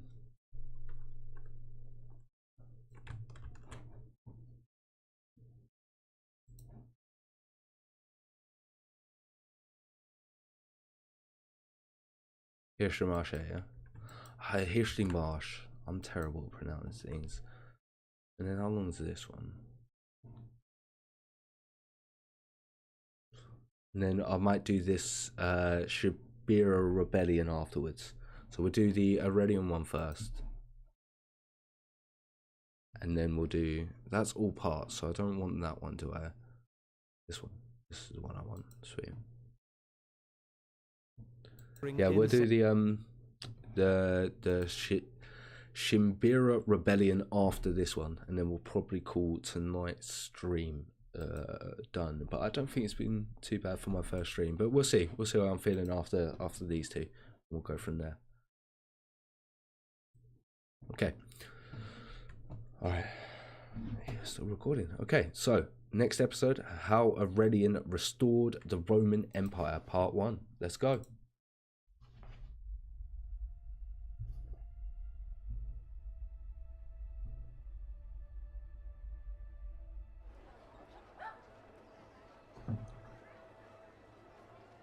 Amidst the rugged mountains on the dry, arid stretch of the Syrian steppe lay a wealthy city in a lush, fertile oasis. Adorned with sumptuous colonnaded streets tetrapylons, majestic temples, spacious agoras, theatres and baths, elaborate stone reliefs, monumental Valley of the Tombs, and administrative government buildings, the city of Palmyra was the jewel of the Middle East and a melting pot at the crossroads of culture, with Roman, Greek, Aramean, Arabian, and Persian influences all on display. Ooh, very interesting. For over 30 years, this was the place that Queen Zenobia called home, where she wove together the obligations of kinship, patronage, and civic solidarity that Palmyra demanded of its notables. But in the scorching sun... Interesting. I don't know anything about her. It'd be interesting to find out a bit more about her. If she's... Yeah, let me know. Let me know a bit more, or maybe a video about her or anything like that. Alright, you're making Aurelian sound very good, so I've got high hopes here. You best not be getting my hopes up, like. Best not be getting my hopes up. Of the late summer of 272 AD, the Queen stood on the steps of the Temple of Baal with a troubled brow, her troops posted on the outskirts of the city. Okay. She firmly grasped her cloak in her hand as the smoke and fragrance of lingering incense filled the air, and the sounds of solemn hymns, sung to flutes, drums, and tambourines, reverberated in the majestic hall. With a camel at her side, carrying a shrine in which a sacred stone was shrouded, Zenobia intoned prayers and made offerings of oil and wine, asking her god Baal for protection against those she perceived to be the invaders of her empire. Okay. However, the Emperor Aurelian deemed Zenobia's authority to be Aurelian. I'll try and pronounce that correctly. Illegitimate, and her bid for power unsanctioned, and he came to Palmyra at the head of an army to settle the matter once and for all. This video is brought to you by our friends over at CuriosityStream. As their longtime subscriber, I recommend their...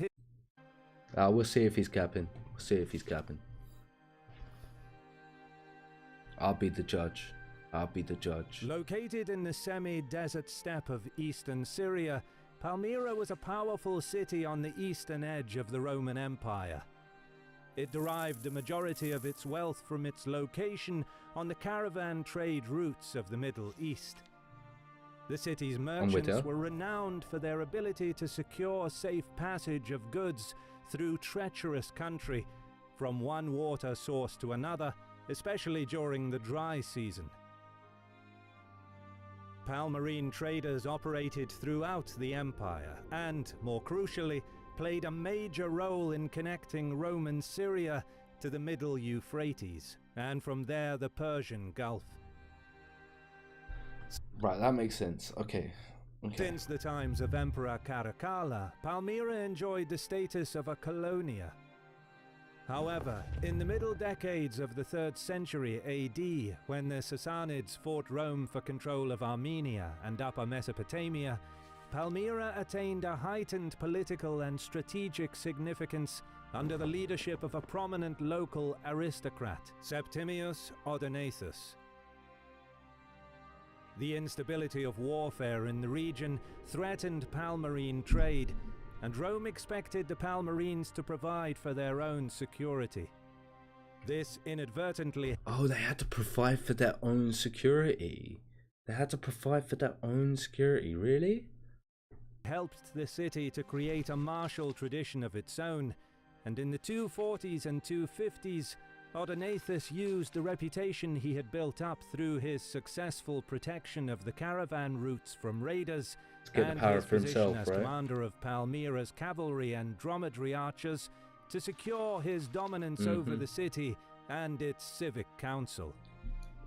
By 251 AD, he and his eldest son, Herodian Hieron, were being honored in Palmyra as Resh, or leader, an unprecedented title among the Palmyrene elite.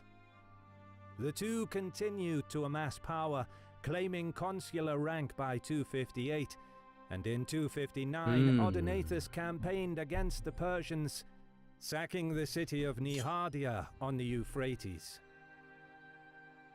Odaenathus's greatest opportunity then came in spring 260, when Emperor Valerian was captured by the Persians at the Battle of Edessa. Oh. Valerian's son Gallienus was left as sole ruler of Rome, but the disaster of an emperor falling captive in battle sparked a crisis of loyalties. A cascade of usurpers sprung up across the empire. In the unstable frontier regions, ambitious men seized power, usually elected by the troops or the local aristocracy, greatly contributing to the erosion of imperial authority and the decline of its internal structures. The populace suffered against incursions that were becoming increasingly difficult to check, most notably an Alemannic invasion of Italy that had already begun even before Valerian's capture, and which Gallienus eventually crushed outside Milan. Mate, it's just so much to deal with, though. As well as Herulian and Gothic raids that saw the sacking of numerous cities in Greece, Macedonia, Thrace, and Asia Minor, including Byzantium. Yeah, this was a real chaotic point for the Roman Empire, this 3rd century. Argos, Corinth, Sparta, Olympia, and Athens, as well as the destruction of one of the wonders of the ancient world, the Temple of Artemis at Ephesus. It's a shame so many things have been destroyed for us not to be able to experience it. In the west, General Posthumus, his Rhine army, and the governors loyal to him broke away from central authority, forging a Romano-Gallic regime with Posthumus as emperor, further rocking an empire. I didn't know that. Empire seemingly on the brink of disintegration. It's just like having 3 Roman empires at this point in time. The Roman East was just as turbulent. Macrianus, one of the main fiscal officers of the empire, grabbed the opportunity. Only 2, sorry. I thought this was called the Byzantine Empire at this point. Using his influence as Valerian's treasurer to march on Rome.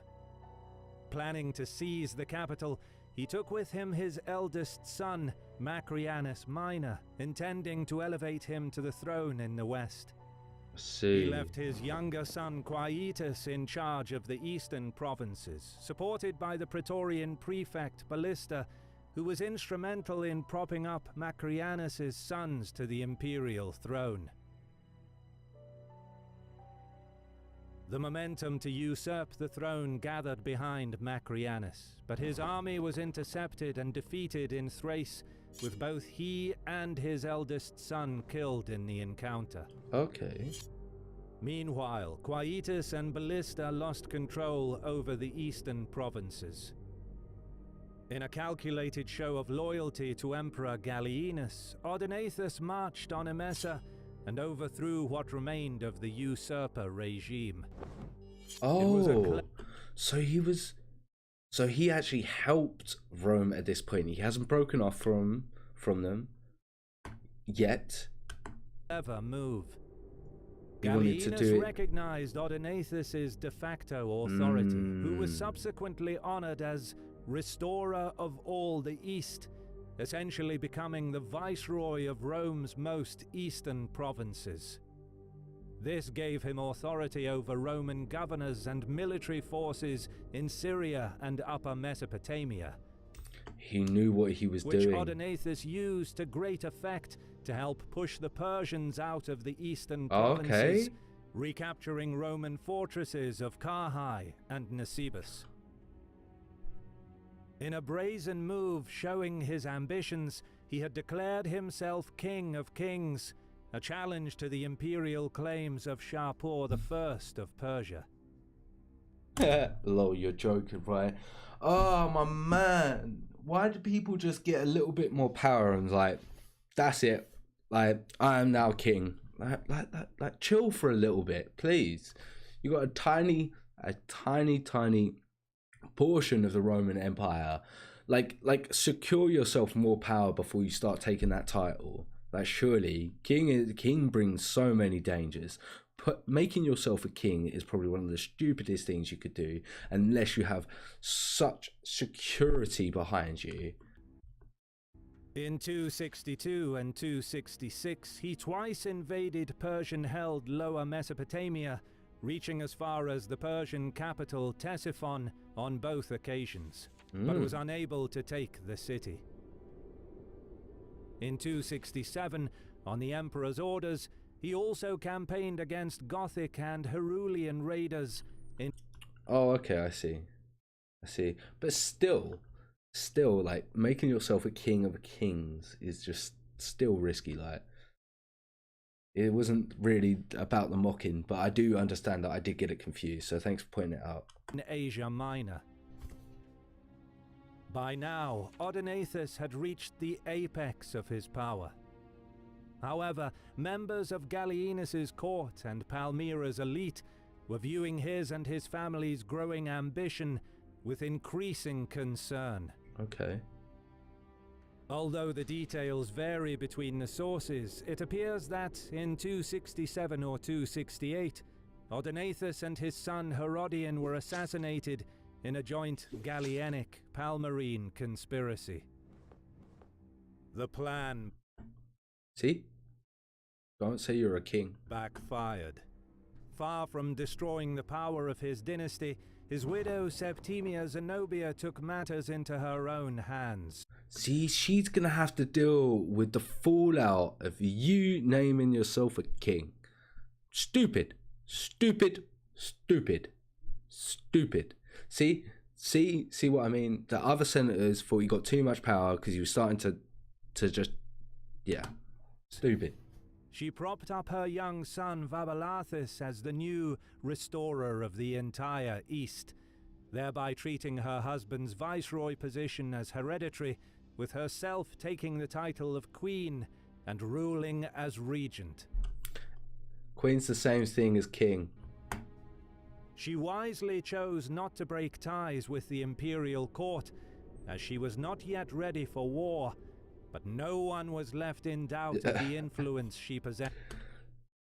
Whose diplomacy and intrigue skill level was 5? Audacity, the father of the queen. Is that who you're talking about? In the East. Gallienus did not accept that Odaenathus's position as viceroy, which he himself granted in the first place, could be passed on to Zenobia's son. However, the establishment of Palmyra in the east, coupled with the failure to defeat the Gallic Empire in the west, seriously weakened Gallienus. Ah, I see. The stability of the Roman Empire deteriorated further still when he too was assassinated in September 268. Oh, assassinations left, right, and goddamn center. Different accounts of the incident are recorded, but they agree that senior officials wanted Gallienus dead. The new emperor Claudius managed to bring some stability. He stopped the Alemannic invasion of Raetia and Italy at Lake Benacus. He then marched east to meet a major Gothic invasion in the Balkans. Okay. At the Battle of Nisus, he achieved a major victory over the barbarians. Okay, nice. However, the continuation of the war was less conclusive due to the outbreak of the plague, which affected the Romans, but savaged the Goths even the crisis of the 3rd century, eh? Even worse. Many Goths who survived were either admitted into the Roman legions or had lands assigned for them to cultivate. Preoccupied with matters in the Balkans, Claudius sent an expedition against Zenobia under Heraclianus, a former Praetorian prefect, to reassert control over the east. Okay. The details are unknown, but the campaign was a disastrous failure for the central government. This was the point really? Really? Like, it was just a massive fail? Unfortunate. No return. Recognizing weakness in the empire's central authority, In the spring of 270, Zenobia sent an expedition of her own to conquer the Roman province of Arabia. This campaign, commanded by her general Zabdas, defeated the Cyrenian 3rd Legion, killed its commander, and subdued its troops. Okay. Later that summer, the Queen launched an invasion of Egypt with an army consisting of Palmyrines, Syrian legionnaires, mercenaries, and barbarians.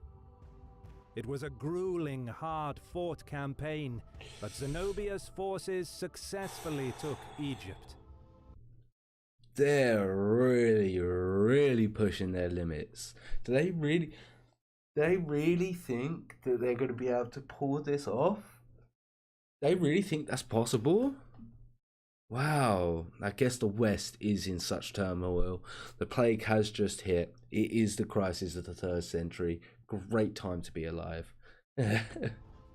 Despite the setback in the East, in the Empire's West, the Gallic Empire was similarly unstable, and the assassination of Postumus in 269 had I love this series already. 3 assassinations in the first episode, and what, we're in 14 minutes in? Yes. I can't wait to see how Aurelian pulls this back from the brink. Prompted a series of defections. Claudius's trusted general Placidianus seized the moment and took control of southern Gaul after several victories. Hispania followed suit, breaking their allegiance to the new Gallic emperor Victorinus and declared their loyalty to Claudius. But the emperor would not live long enough to reunite the lost territories. In the summer of 270, he journeyed to Sirmium. Out of all the emperors, he just looks like a typical guy from an English pub, don't he? I don't know why, but Claudius just looks like your typical geezer down at a UK pub. Where he prepared for a campaign against the Vandals who were raiding Pannonia. On the way, he fell victim to a pestilence, likely the plague of Cyprian, a form of smallpox, and he died in August 270. Oh shit. His younger brother Quintilius, currently stationed at Aquileia, was declared emperor by the Senate. But, in an act typical of the crisis of the 3rd century, the new emperor was not recognized by the legions that served under Claudius, who instead threw their support behind his right-hand man, the talented Illyrian cavalry general Lucius Domitius Aurelianus, more commonly known as Aurelian. Okay. Let's see what he does, considering that he wasn't the intended emperor at the time. I'll be interested to see what happens. It looked like more war and turmoil would engulf what remained of the Roman Empire. But the reign of Quintilius proved extraordinarily brief, possibly lasting as few as 17 days. He committed suicide, realizing he had little hope against the army of Aurelian. Holy. This is why you just don't want to be any kind of leader. Your position is just so fragile. If you don't have full support, you don't know what's going to happen in the night or around the next corner. So scary, so unstable. The Senate now recognized Aurelian as the new emperor, but he inherited a state in a dismal condition that had been disintegrating for the past 20 years. Vast territories remained outside of central imperial control, some for nearly a generation. Okay. Internal turmoil encouraged pressure from external enemies, and renewed incursions by the tribes north of the Danube spread devastation deep into the interior. And with yet another emperor seizing power, the threat of civil wars again grew as new usurpers arose, exploiting the imperial insecurities and the influence of armies on Roman politics. Which is understandable considering he wasn't chosen by the Senate. So I'm really interested to see where this goes. The spiraling political and economic crisis impacted agriculture and commerce the most, which was compounded by the pestilence that had first swept through the empire around the year 250, greatly diminishing manpower for the armies and taxation. Nonetheless, the new emperor steeled himself for the difficult road ahead. He's a brave man. In the east, seeking to strengthen the image and power of her regime, Queen Zenobia skillfully played the political game. She exploited the turmoil in Rome, but was careful not to provoke a war with the new emperor. Her mints at Antioch and Alexandria recognized Aurelian as emperor, producing coins in his name. Okay. But she also now struck coins bearing the face of her son Vaballathus, honoring him as imperator, a military title of republican origins that was now associated with emperors. See what I mean? She is super ambitious. She is super ambitious. What are you doing? You're killing yourself and your family. Your poor boy's got to deal with your consequences here. Oh my God. Stupid. Crazy. Yeah, also, like, yeah, I saw your comment, and I think you're right. Like, yeah, I thought about it more. Obviously, at this point in time, there was emperors, so obviously the Senate had no chance, absolutely no chance.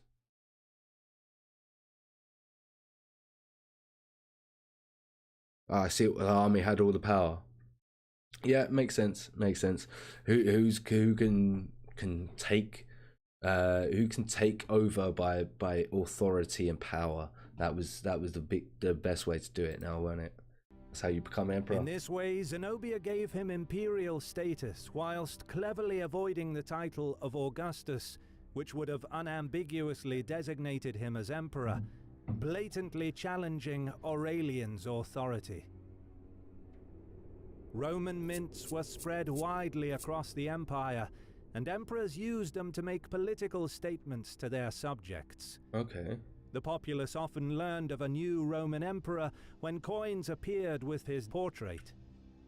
Thus, the circulation of coins bearing Vaballathus's face undoubtedly solidified his authority over the Palmyrene domain, but it was also an encroachment on Aurelian's authority.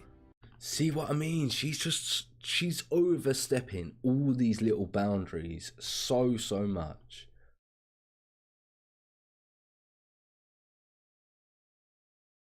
Caesar and Augustus mint Junior and Caesar Emperor respectively. Oh, okay. Yeah, they've become titles now. Yeah. Yeah, the emperors now. Julius and I thought Augustus was the first emperor. So I thought from Augustus the term emperor was then used. Zenobia's power play extended further.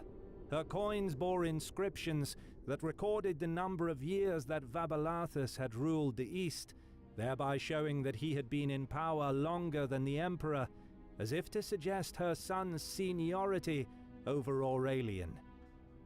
Coupled with this web of political intrigue, Zenobia began the expansion of her army and moved into Asia Minor. Okay. She captured Tyana. She's going into Asia Minor as well. In Cappadocia and Ancyra in Galatia, and attempted to seize Chalcedon in Bithynia, which resisted and remained loyal to Aurelian. With this show of force, the Queen wanted to hinder any offensive by the Emperor, while she also played the long game, slowly building up the power of her realm. But despite the Palmyrene expansion further hindering the Empire's reunification, the Gothic problem in the Balkans remained unresolved, and Aurelian's own position was far from stable. Yeah, it's not looking stable at all. The first order of business for the Emperor was to strengthen his rule in the territories that were still under central control. Aurelian was an exceptional leader of armies, and he campaigned with unmatched energy. Okay. In 270, he stopped a Etruscan invasion of northern Italy, fighting a series of actions before defeating them in a decisive battle on the Danube. He caught them in the middle of crossing the river, weighed down with plunder and prisoners. However, while he was consolidating his power in Italy, the Pannonian frontier was left vulnerable to attack, and an army of Vandals crossed the river in force, pillaging the region. Later that year, he tasked Placidianus with defending Italy against a possible attack by the Gallic Empire, before departing east to set up his headquarters in Siscia. It was here that he assumed his consulship on New Year's Day, 271 AD. Okay. This office would normally have been assumed at Rome, and it was unusual for an emperor to assume the consulship without even setting foot in the old capital. This was a further sign of the diminishing role of Rome in imperial pomp at this time. It was just a big old diminishing situation for Rome, wasn't it? Absolutely. Augustus was the first emperor, though he himself never called himself that. Okay. First senator or first citizen or something along those lines. Augustus was originally a title meaning venerable, that too. Okay. Okay, perfect. Thank you guys for updating me. By now, the season had advanced, making it difficult for the Vandals to live off the land, and knowing that the enemy was not equipped for siege warfare, Aurelian evacuated the livestock and food supplies into the fortified cities. Once he was satisfied that the war of attrition had weakened the barbarians and that his own supply lines were established, he marched to meet the Vandals. The campaign was a grueling affair, but after an indecisive first battle, the barbarians were subsequently defeated in the Pannonian interior. The Vandals sued for peace, handing over hostages and providing 2,000 horsemen for the Roman army, and the Romans provided them with supplies for their journey back to the Danube. Okay. The emperor, however, had little respite in which to savor his victory, and in early 271, he was forced to march back west. The Etrusci had returned, this time probably with a coalition of other... He really did just have to deal with everything all at once. ...the Germanic tribes, launching a major invasion of Italy. They destroyed numerous towns and countryside in the Po Valley before pushing south, threatening Rome itself. At first, Aurelian's army suffered an ambush at Placentia, but he managed to regroup his battered army and follow the trail of devastation that marked the enemy's route down the Adriatic coast. My God, they are really carving into Rome at the moment. Knowing that the Romans were on their heels, the barbarians stayed on the march, aiming to cross the Apennines towards the capital. But Aurelian managed to catch up with them. On the banks of the Metaurus River, he achieved a major victory in the Battle of Fano. Subsequently, he pushed the invaders back across the Po River before dealing a crushing defeat to the Etrusci in the Battle of Ticinum. The victory broke the strength of the tribes along the upper Danube and put an end to Germanic invasions against Italy until the times of Alaric in the 400s, nearly 150 years later. Okay, very interesting. Meanwhile, the invasion caused panic in Rome itself, and this, combined with the endemic corruption, had sparked a major rebellion against the emperor. Aurelian force-marched his army to... Wow, once again, another rebellion, another thing. I'm going to put this down, I'm going to deal with this. This problem happens, I'm going to deal with this. Oh, this and this happens? Like, this poor man has to put out every single fire and then some. Fuck's sake. The capital, defeated the rebels and executed the conspirators, using the crisis to purge the political landscape of his rivals as well, many of whom had supported Quintilius. I think at this point you just have to do what you have to do as Aurelian. Usurpers in Dalmatia and southern Gaul, seeking to exploit the chaos, were either defeated in battle or assassinated, and construction began on a massive new system of walls to better protect the capital. Okay. But again, Aurelian had no time to waste. After briefly overseeing work on the new defenses, the emperor marched back east to the Balkans. Due to his elevation to the purple and the resulting power struggle in Rome, the Gothic War remained unfinished business. And now the ranks of marauding bands had swelled, posing a great menace to Thrace. They were led by King Canabas. This Goth was possibly I recognize his name. None other than King Coniva, who had famously destroyed the army of the Emperor Decius at the Battle of Abratus 20 years prior, an event etched in the memory of the Romans. By the time Aurelian arrived with his army, the Goths had already inflicted considerable damage. But, in a stunning twist, the Roman Emperor inflicted on them a crushing defeat. Nice. However, unlike his predecessors, he did not stop there. Oh, yes. Rather, crossing the Danube, he invaded their homeland and scored a decisive victory over King Canabas, who was killed in combat. The Roman army then... It's like that Ender Games scene where Ender's asked, why didn't you stop after you kicked into the floor? And you just did, because I needed to win. I won the battle, but I wanted to win the war. I wanted to basically inflict so much pain on them that they never come into my land again. I ain't never gonna be doing that. Yeah, Aurelian is slowly starting to live up to your expectation, like. So I'm liking it. Proceeded to sack Gothic settlements and lay waste to their lands. And in a planned propaganda move, countless captive women were deported to Rome to be later displayed dressed as Amazons in Aurelian's triumph. That's interesting. This was the most decisive victory a Roman army had in this region throughout the troubled 3rd century. Oh, okay, yeah, that's going to be big as well then. Then, in a radical rethinking of regional strategy, the emperor withdrew Rome's military and administrative presence from Dacia. The province had been weakly garrisoned since the reign of Gallienus.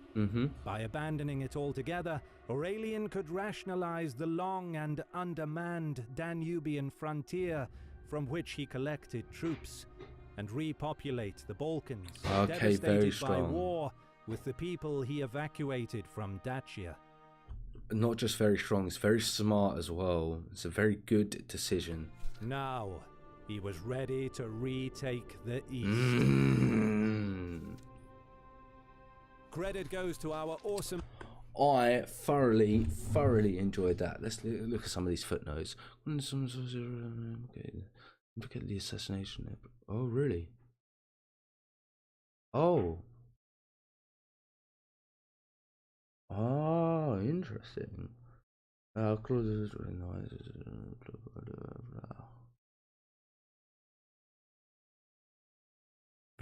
Very interesting. If you haven't already, head over to History Marstage page and drop them a subscribe. I'm only doing that just in case I do keep it in the edit. Okay, I thoroughly enjoyed that one. I think 10 o'clock I'm gonna end it there, but we might do the Shabir Rebellion tomorrow. I think 10 o'clock I need to eat, need to get myself ready tomorrow. I enjoyed this stream. I'm gonna do another one tomorrow. I'm gonna try and start from 5 tomorrow and do 5 hours. I think I've got 5 hours in the evenings to start. So yeah, I'm definitely looking forward to jumping it on tomorrow. Thank you guys for watching. Thank you, Light. You've pretty much been here the whole time. Yeah, I really enjoyed it. I'm gonna read some more of your comments. I've got a few more minutes in me.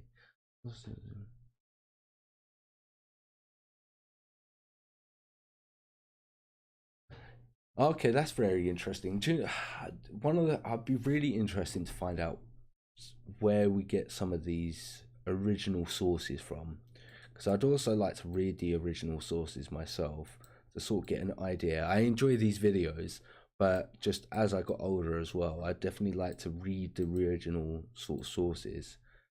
But if they're notoriously unreliable during this period, it'd definitely be interesting to sort of see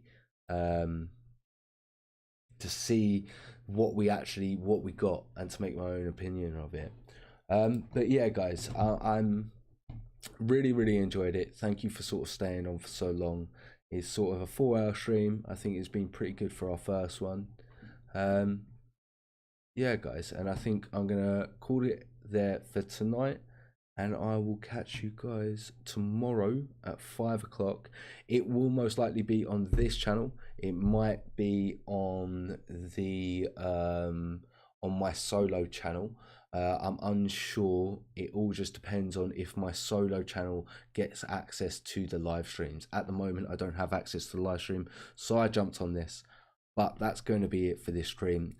Catch me tomorrow at 5 PM UK time, either on this channel or also on my solo channel. Thank you very much. Take care.